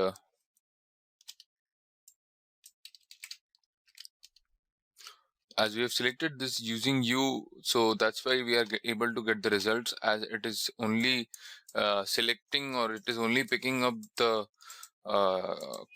color value when it is not picking the entire RGB values if we were using RGB. So you can use here, you can use U here in order to get this effect rather than RGB, as RGB is not working pretty fine while in this effect. This is edge softness, the amount of softening you want to give. Suppose if I make it to 50, so it is creating a softness, but it is also saturating my areas here. You can see here it's in blue, yellow, the greenish trees here. So I would make this to maybe 2 or maybe 1, as I do not want any softness here, and I want this effect only to be maintained with this black and white effect, and I do not want these green trees to be highlighted or to be shown out, and I do not want any kind of green pixels or any kind of other pixels available in this video clip, and I only want this to be highlighted or this to be shown. So yeah, this was our leaf color effect. The next effect is Luma character. The Luma character effect lets us adjust the brightness and contrast in the highlights, midtones and shadows of a clip We can also specify the color range to be corrected by using the secondary color correction channels or the controls which are provided. So let us apply this Luma corrector and see what magic it does. So these thing remains the same. Output, this is Luma, this is tonal, and this is composite. We would stick to composite now. This will be our final output, and this is the same horizontal and vertical as it was earlier. This is the brightness. This is my tonal range of definition. I would make this brightness to 0 as of now, and this is the tonal definition. You can set this wherever you want. This is the tonal range, master, highlights, midtones and shadows. We would stick to master as we want the overall look and feel to be changed of this image. Brightness may be 10, contrast may be 10, contrast may be 31 or something. Contrast level can be increased. This is gamma, which is again really an important role, which plays an important role in an image. So what is gamma basically? Gamma adjusts the image midtone values without affecting the black and white levels. This control causes changes in contrast, much like changing the shape of the curve in the Luma curve effect. While using this control, we can adjust our images which are too dark or too light without distorting the shadows and the highlights. So yeah, this is gamma. Let's increase this. So if you see, the white and the black are remain intact. This black portion is remaining, this white portion is remaining intact, and it is adjusting the midtones. It basically works when our image is too light or too dark. So let this make to 1.5, and this is pedestal. Pedestal adjusts an image by adding a fixed offset to the image's pixel value, and using this control with the gain control to increase an image's overall brightness. So it increases it is basically an overall brightness to the image, maybe 1.5. Oh, it's too much. Oh, this was the gamma, maybe 1. Pedestal maybe 0. The moment we increase this, it becomes too light, and the moment we increase this becomes too dark. So let's make this to maybe 0.1. It is bright. 0.5, too bright. 0.1. Gain, it affects the overall contrast ratio of an image by adjusting the brightness values by multiplication, and the lighter pixels are more affected here, and the darker pixels are not that much affected. So 1.1, yeah, it is creating maybe 1.5. It is burning out. We do not want this burning out effect, and this is not an acceptable or advisable effect. So let us make this to 1. Our film shouldn't burn out. And this is the secondary color correction, which specifies the color range to be corrected by the effect. And we can define the color by hue, saturation and lightness, luminance here. Maybe saturation. So if you can see this here, the amount when I'm changing its slider, it is changing the saturation amount of hue. Yeah, it is changing. So in this way you can toggle this Luma. So yeah, this is one more additional. This is the soften amount, how much you want to soften your image.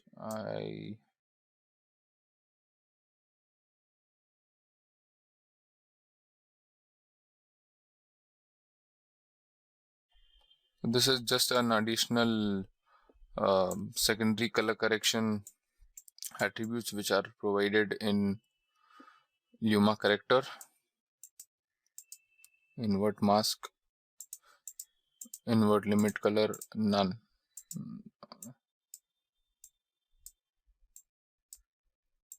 You can just tweak this whatever output you want.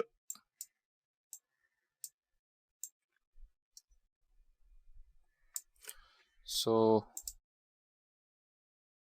yeah, this is our Luma corrector. The next effect after Luma curve is lumetri color.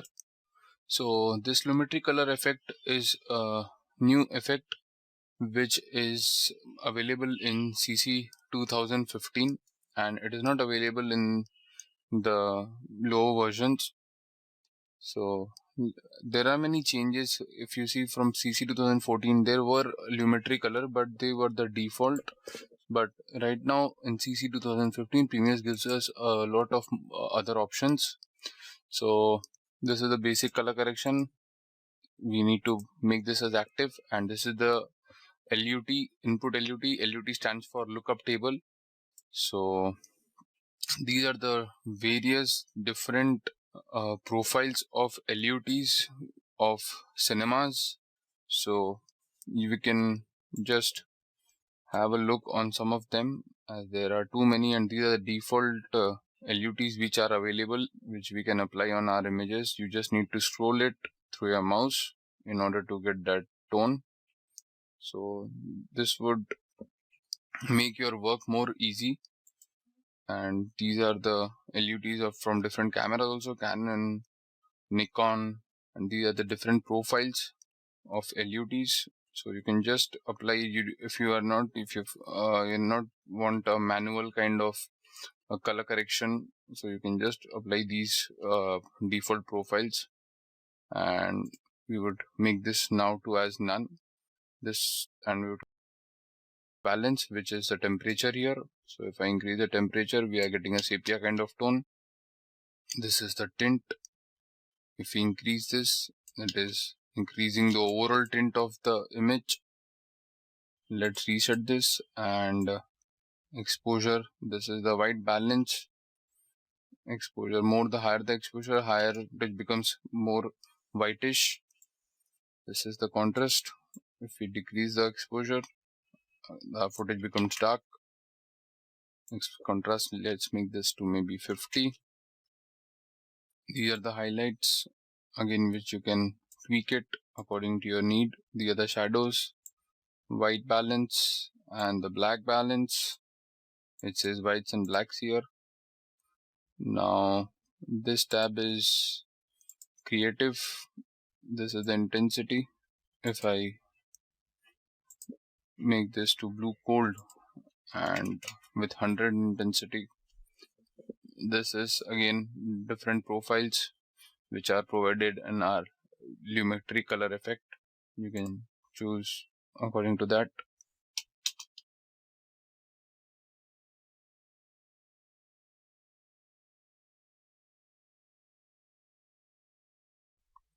There are the different profiles inside creative. If you want this intensity to be 50, then you can have 50%. If you want it to be 10, then you can have it 10.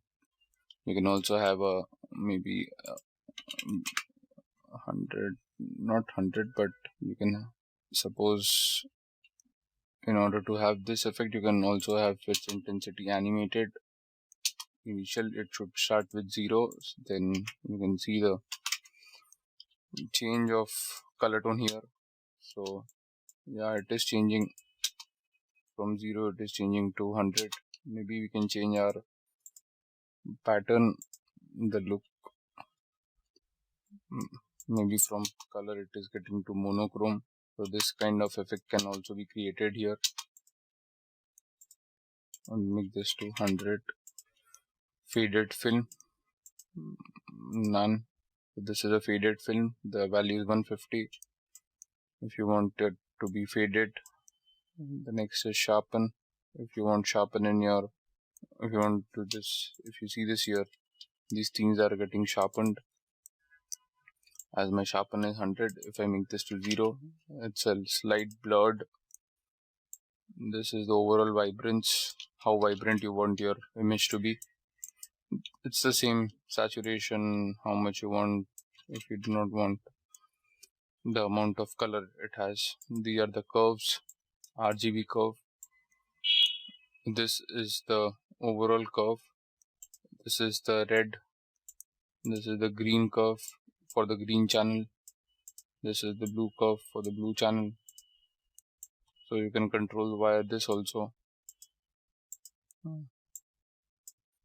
I wanted to give it a reddish tint, so I would increase my curve here, and I want to give it a reddish tint. So you can do in this way also. These are the color wheels. Let us reset this, as I want to show you color wheels. So these are the midtones. You can set your color anywhere you want. Shadows. This is the amount of midtone you want. This is the shadow you want.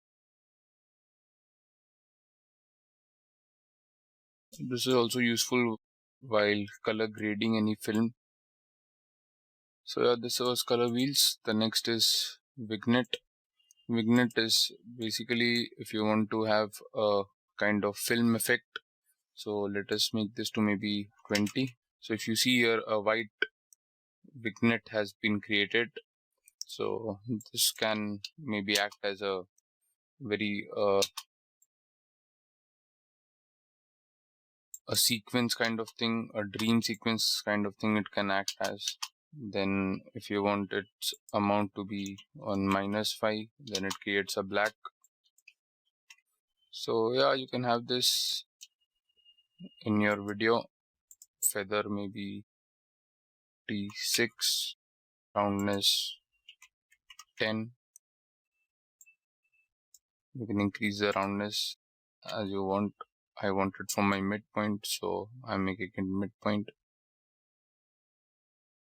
So this kind of effect, this vignette has been created. So yeah, this was our Lumetri color effect, which with advanced options available in CC 2015. So after Lumetri color, our next effect is RGB color corrector inside the color correction tab. So this is our footage. So we have applied this RGB color corrector, and the RGB color corrector effect adjusts the color in a clip by applying adjustment to the tonal ranges that we define for the highlights, midtones, and shadows. This effect makes the tonal adjustment to each color channel individually, and we can also specify the color range to be corrected by using the second color correction controls. So let's see that.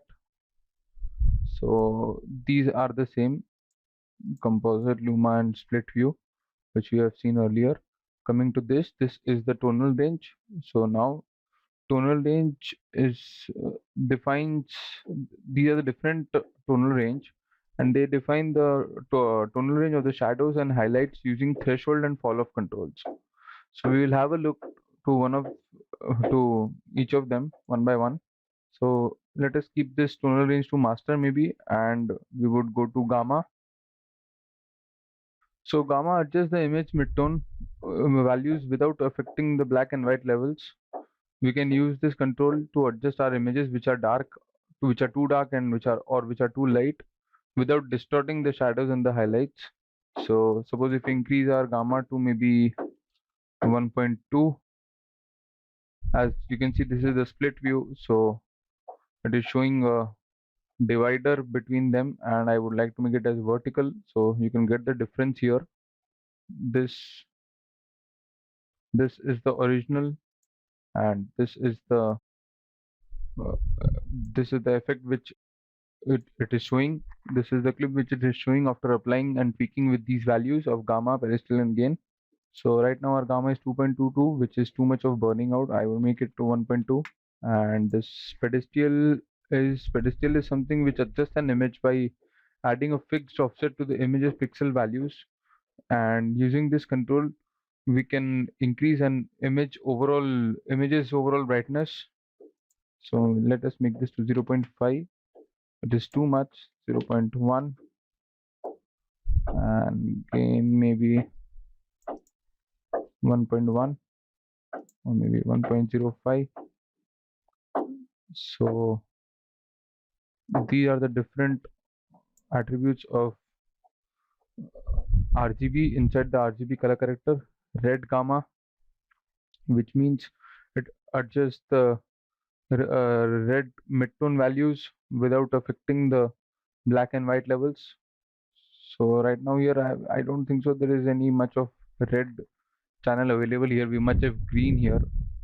So let us make this to 0 or maybe reset this to 1, and green maybe we would say 1.15. So it is creating enhancing this green value more. Even if you go to the decrease on the negative value on the decreasing size, then it is subtracting the green gamma from this video clip, and it is also subtracting the green color values from this video. So this was red and green gamma.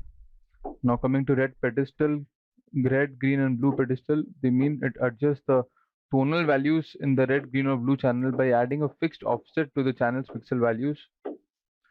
And using this control, we can have a increase in the overall brightness. Let's see that. Yeah, it is increasing. I maybe red maybe 0 and green maybe sorry green pedestal maybe to 0.5. Just burning of too much 0.05, and I want a yes I want a bluish tint, so maybe 0.4. So yeah, it is now creating a blend of blue and pink which comes to purple. And if you can notice here, our color of a flower has also been changed from yellow to white. And right now you can see it is creating a very nice kind of output, a very pleasant one, something very full of colors.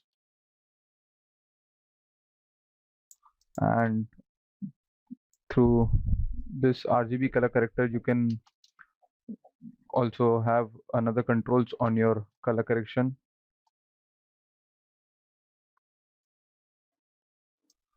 And this is the secondary color correction.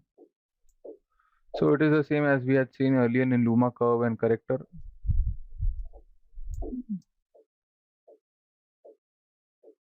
It is the same.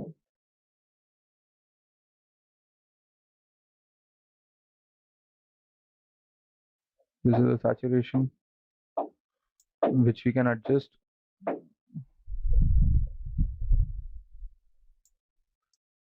I hope you are able to get the difference which I am showing by tweaking these controls.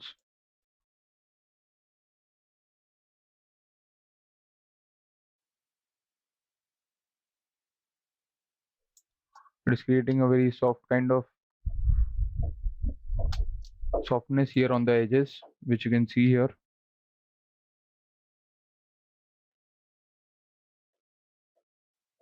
This is the Luma. So yeah, these are the same as we had seen this earlier. By tweaking this Luma, I'm able to get this my original color value of my flower, and my background is changed. And it is not taking the original green color pixels which it was there earlier, as we have adjusted and tweaked in our RGB color corrector through this RGB panel, through this RGB controls. So yeah, this was our RGB color corrector. So the next effect of the RGB color corrector is the RGB curves. So what RGB curves does is it adjusts the clip's color using curve adjustments for each color channel, and each curve lets us adjust the clip up to 16 different points throughout an image's tonal range. And we can also specify the color range here, which are to be corrected by using the secondary color correction. So let us see that. And instead of the values which we had in RGB color correctors, we have this curve here. So suppose if I want to have a maybe you can say a bluish kind of tint. So what we need to do here is we need to, this is my master which has the controls of all R, G and B. So it is affecting the overall information of the channel. So I do not want that, but I want I would reset this and I would want to increase the blue channel, blue color information on my video clip. So let us create a very nice blue curve so that we get the image which is desired and which we have thought of. I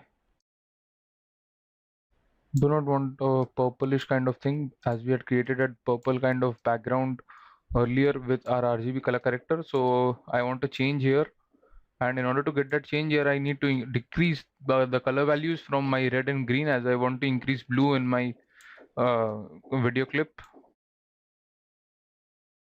So you need to tweak this a bit.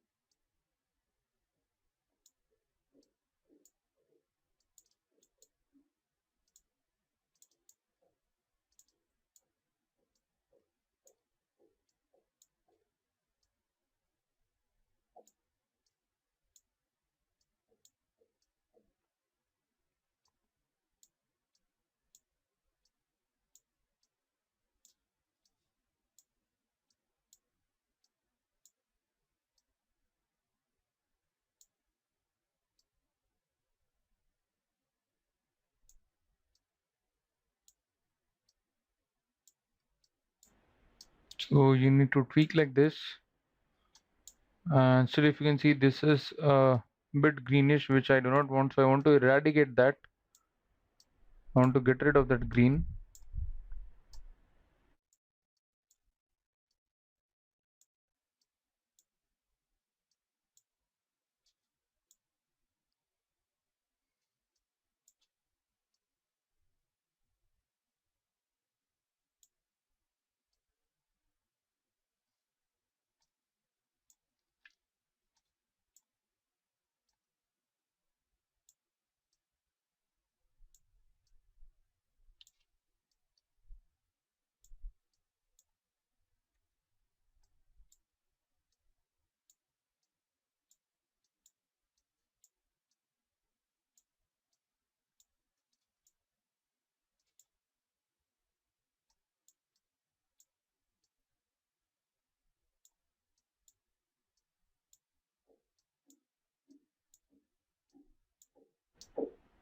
Yeah, so now we are getting our desired result to some extent.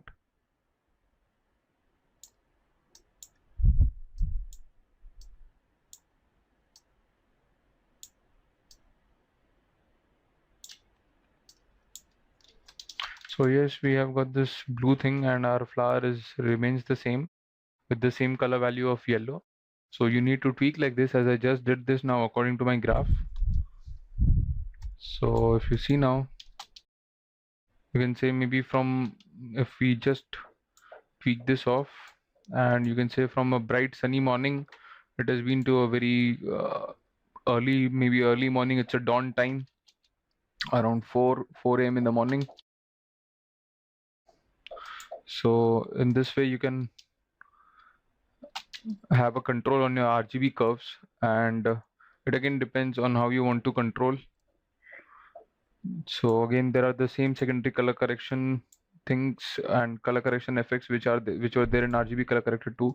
So these attributes remain the same. It's just that the difference between RGB color corrector and curves is you have got the control of the RGB channels along with the master channel in curve, in RGB curves, whereas you have to tweak with the values in RGB color corrector. So yeah, this was our RGB curves. The next effect is three-way color corrector. Let us see this, what it does. So you can see here three control has been opened here: shadows, midtones, and highlights. So this three-way color corrector effect lets us make the subtle corrections by adjusting a clip's hue, saturation, and brightness for the shadow, midtones, and highlights. We can also refine our adjustments by specifying the color range. So let us see that. Output will be video, as we are working on a video. This is for the shadows. So you can see this area is coming into our shadow part. So you can change this color whatever you want. Now we would maybe turn into a orangish kind of tone. So mid-tones will be this. So these are the sliders where you can adjust it. And highlights would be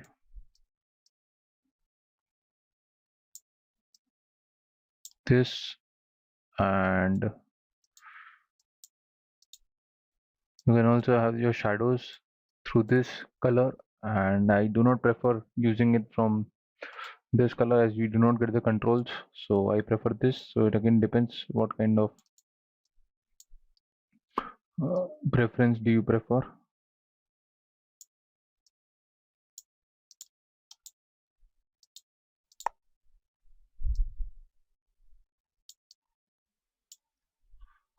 And these are the input levels which we had seen earlier also in our levels.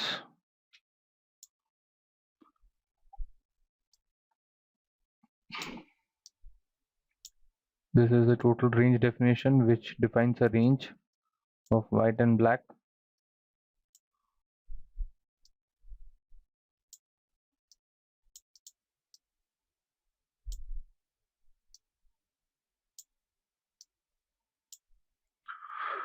This is the saturation. So yeah, these things are the same. Shadow saturation, midtone saturation. These are the secondary color correction which has been repeated in each and every effect here. So these are the same. These are the midtones, and you can tweak this over in order to get your desired output.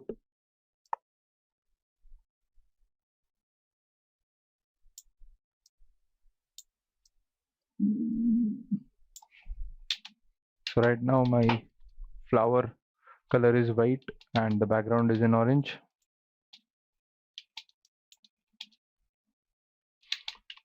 Originally it was green and this was yellow. This was our three-way color corrector, another way of doing color correction. Now let's come to the next effect, which is tint.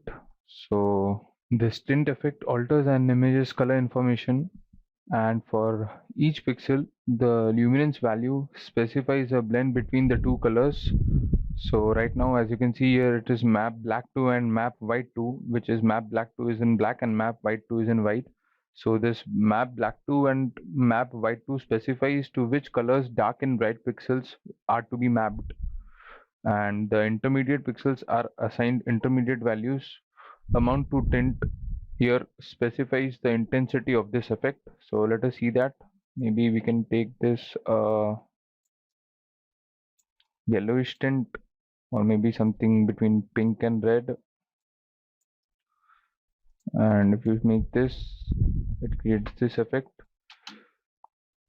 Or maybe map black to black and maybe map white to maybe this color.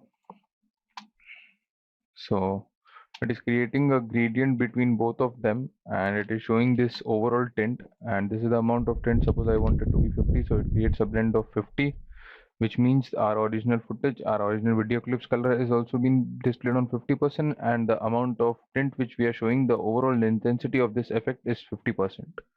So if I take this to maybe blue, then it will make this, and maybe here I take this as white, or maybe here I take this as blue and I just swap the colors.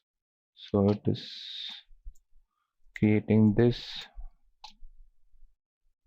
This can also be, this tint effect can also be used when you want to make any dream sequence or a mini or horror kind of effect. Anything you can make out of here, any kind of effect you want to make, so or dreamy sequence or anything. So this tint effect can be worked here just by swapping the colors.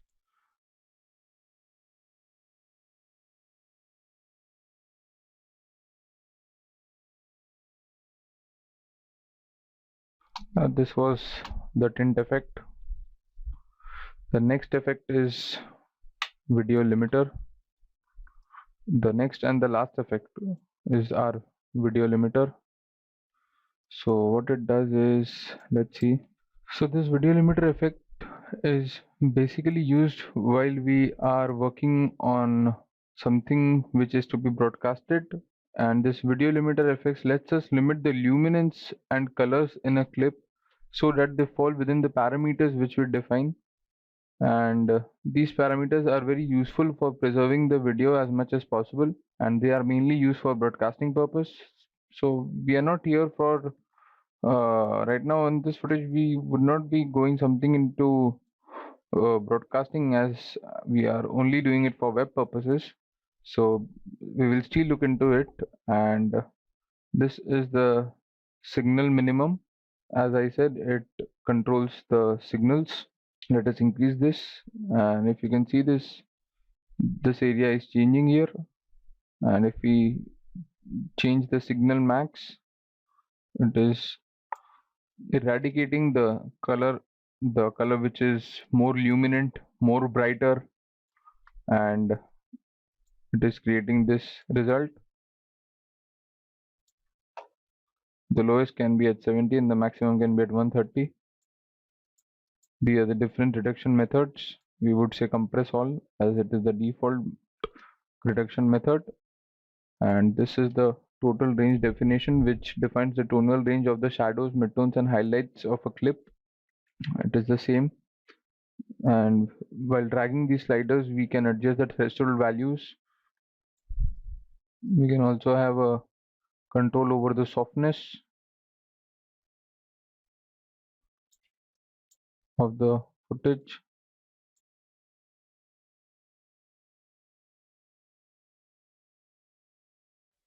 It is creating a softness, though this color has been eradicated and the color values have been removed of this, as my signal max is to 70%. So I can either manipulate my controls via this or through this, anywhere which I want to. This is for the softness, this is the shadow softness, this is the highlight softness, and this is the threshold value. So yeah, this was our video limiter, and now we are at the end of all the effects inside color correction, and here we end our color correction effects. Now, as we have covered a major effect, which is the color correction effect inside our video effects in Adobe Premiere, let us have a look on those effects in a nutshell and the effects which we had covered. So they are as follows: brightness and contrast, change color, change to color, channel mixer, color balance, HSL, equalize, fast color corrector, leaf color, luma corrector and curve, RGB corrector and RGB curve, and three-way color corrector, tint, and video limiter. So these were the color correction effects which we had gone through. After looking through the color correction effects inside video effects, now we have got distort, and if we expand distort, we have these many effects. So we would see all these effects one by one. So the first is corner pin. So what exactly corner pin does is it distorts an image or a video clip by changing its position through these four corners, and we can use this corner pin to create an effect like stretch, skew, or maybe a perspective kind of effect which we want to create, or maybe also shrink or twist, any kind of effect. So let us see this. I go here and I click on corner pin. So the moment you click, you are able to see these four corner pins at the edge of the video. 1, 2, 3, and 4. These dotted circles. So if you go there and if you drag your mouse and you can move it, so you can see this kind of effect.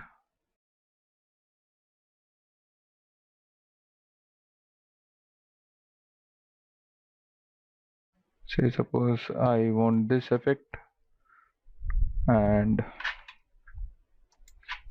maybe I'll reset this, and I want an animation, as I want a opening kind of animation. So what I do is I go here to upper left, upper right, lower left, and lower right. So over here, upper left, if you see here, upper left is our this area. This area is our upper left. This is our upper right. This is our lower right, and this is our lower left. So I want changes to in my upper left and right. So I would add keyframes here, and I would go to the first frame, and upper left I would say maybe take it to X, and also in Y, and the same I want it on my upper right.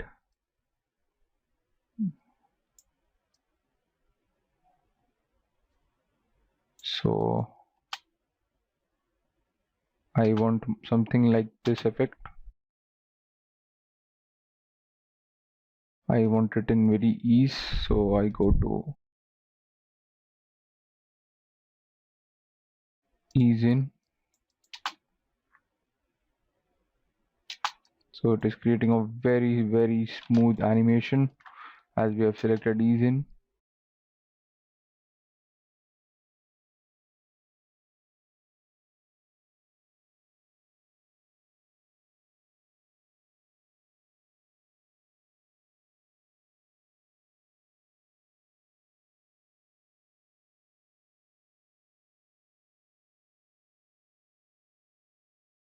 This animation is also looking pretty cool.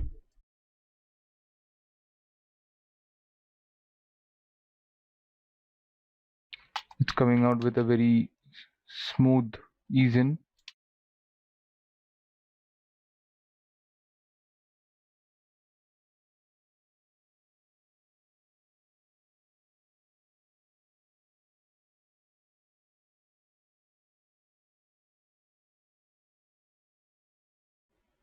In the same way we will do of our lower left and lower right.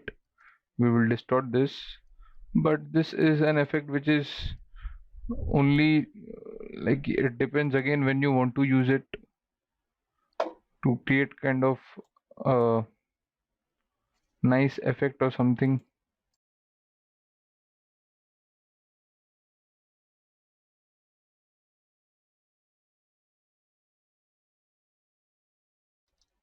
No, I would not do the lower animation.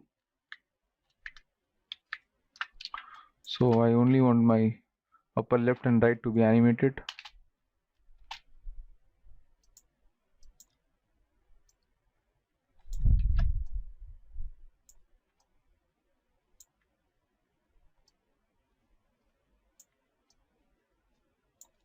So this is creating a, as I told, this is creating a perspective kind of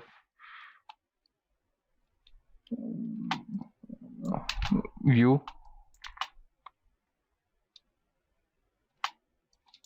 and the animation is playing pretty smooth.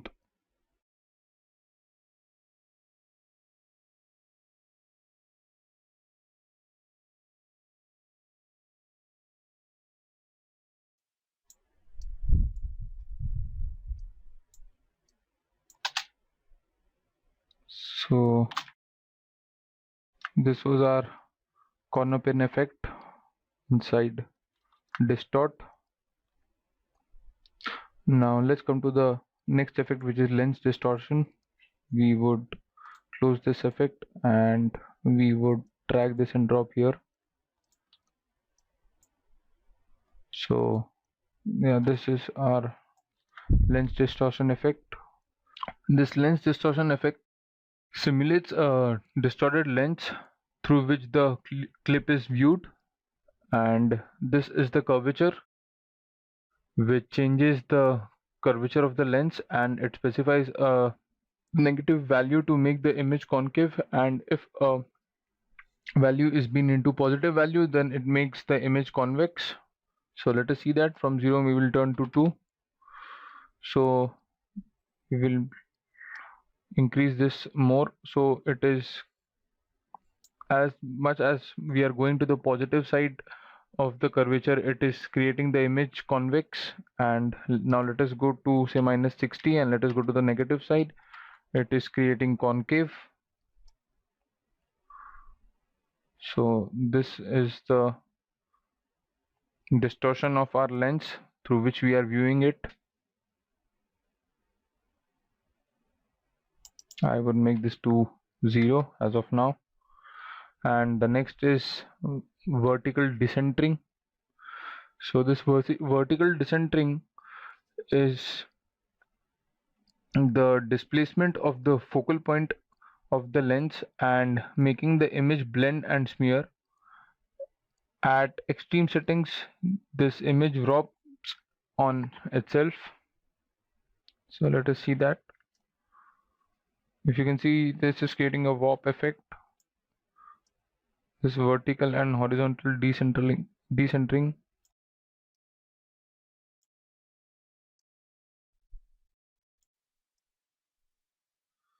So this is again a part of our lens distortion, and this is the vertical prism effects,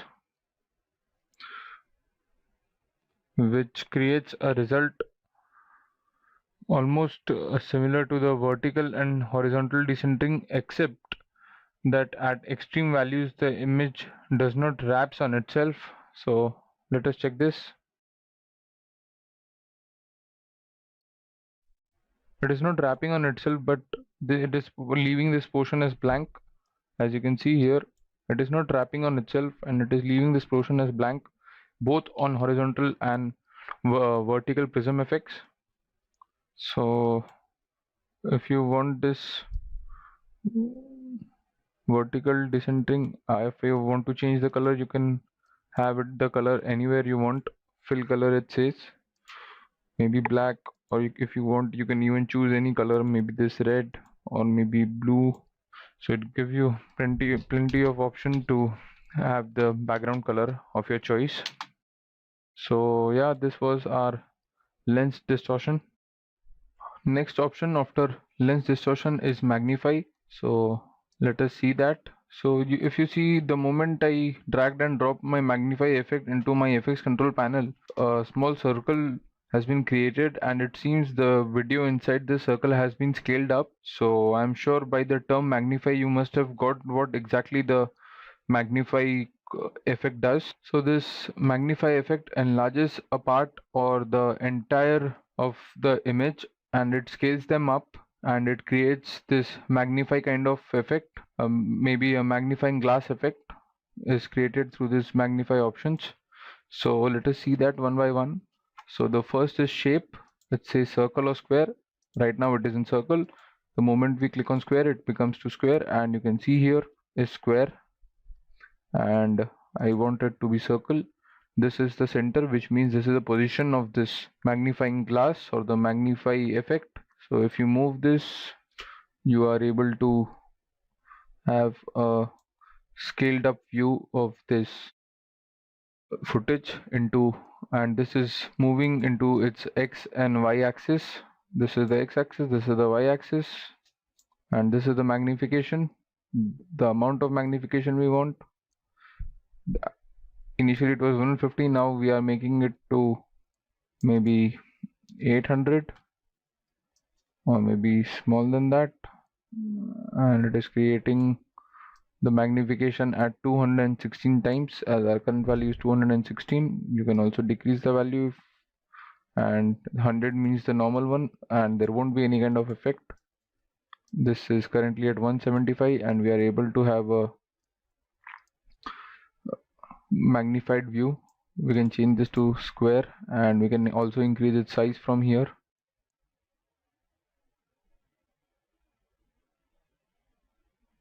So yeah, this is the magnified view. As my size is 927, I would like to increase it. So you can use this, suppose if you are showing anything and the subject is not scaled up and you want to focus there, and so suppose I want on this current footage, I want my fruits to be highlighted as I of the magnify option and I want these things to be highlighted. So what I do is I would take a circle here and I would increase its size so that my viewers are able to see that, and I would offset its position. So right now I can see each and every uh, pomegranate here. Each and every piece of pomegranate is visible here, which was also visible without the magnified effect, but through this magnified effect it is visible more clearly. So this is the link option. This is size to magnification. This is the size and feather to the magnification. It will also create a feather here. A slight feather has been created, but we would make it to none. And this is the feather.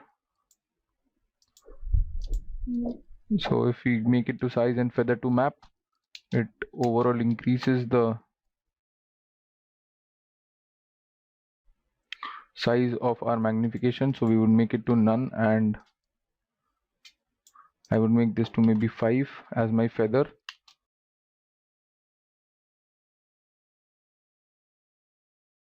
This is the opacity, how much opacity you want in your magnifying effect.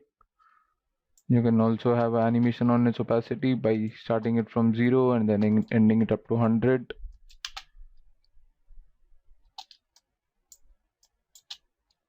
Slowly it will be on 100%.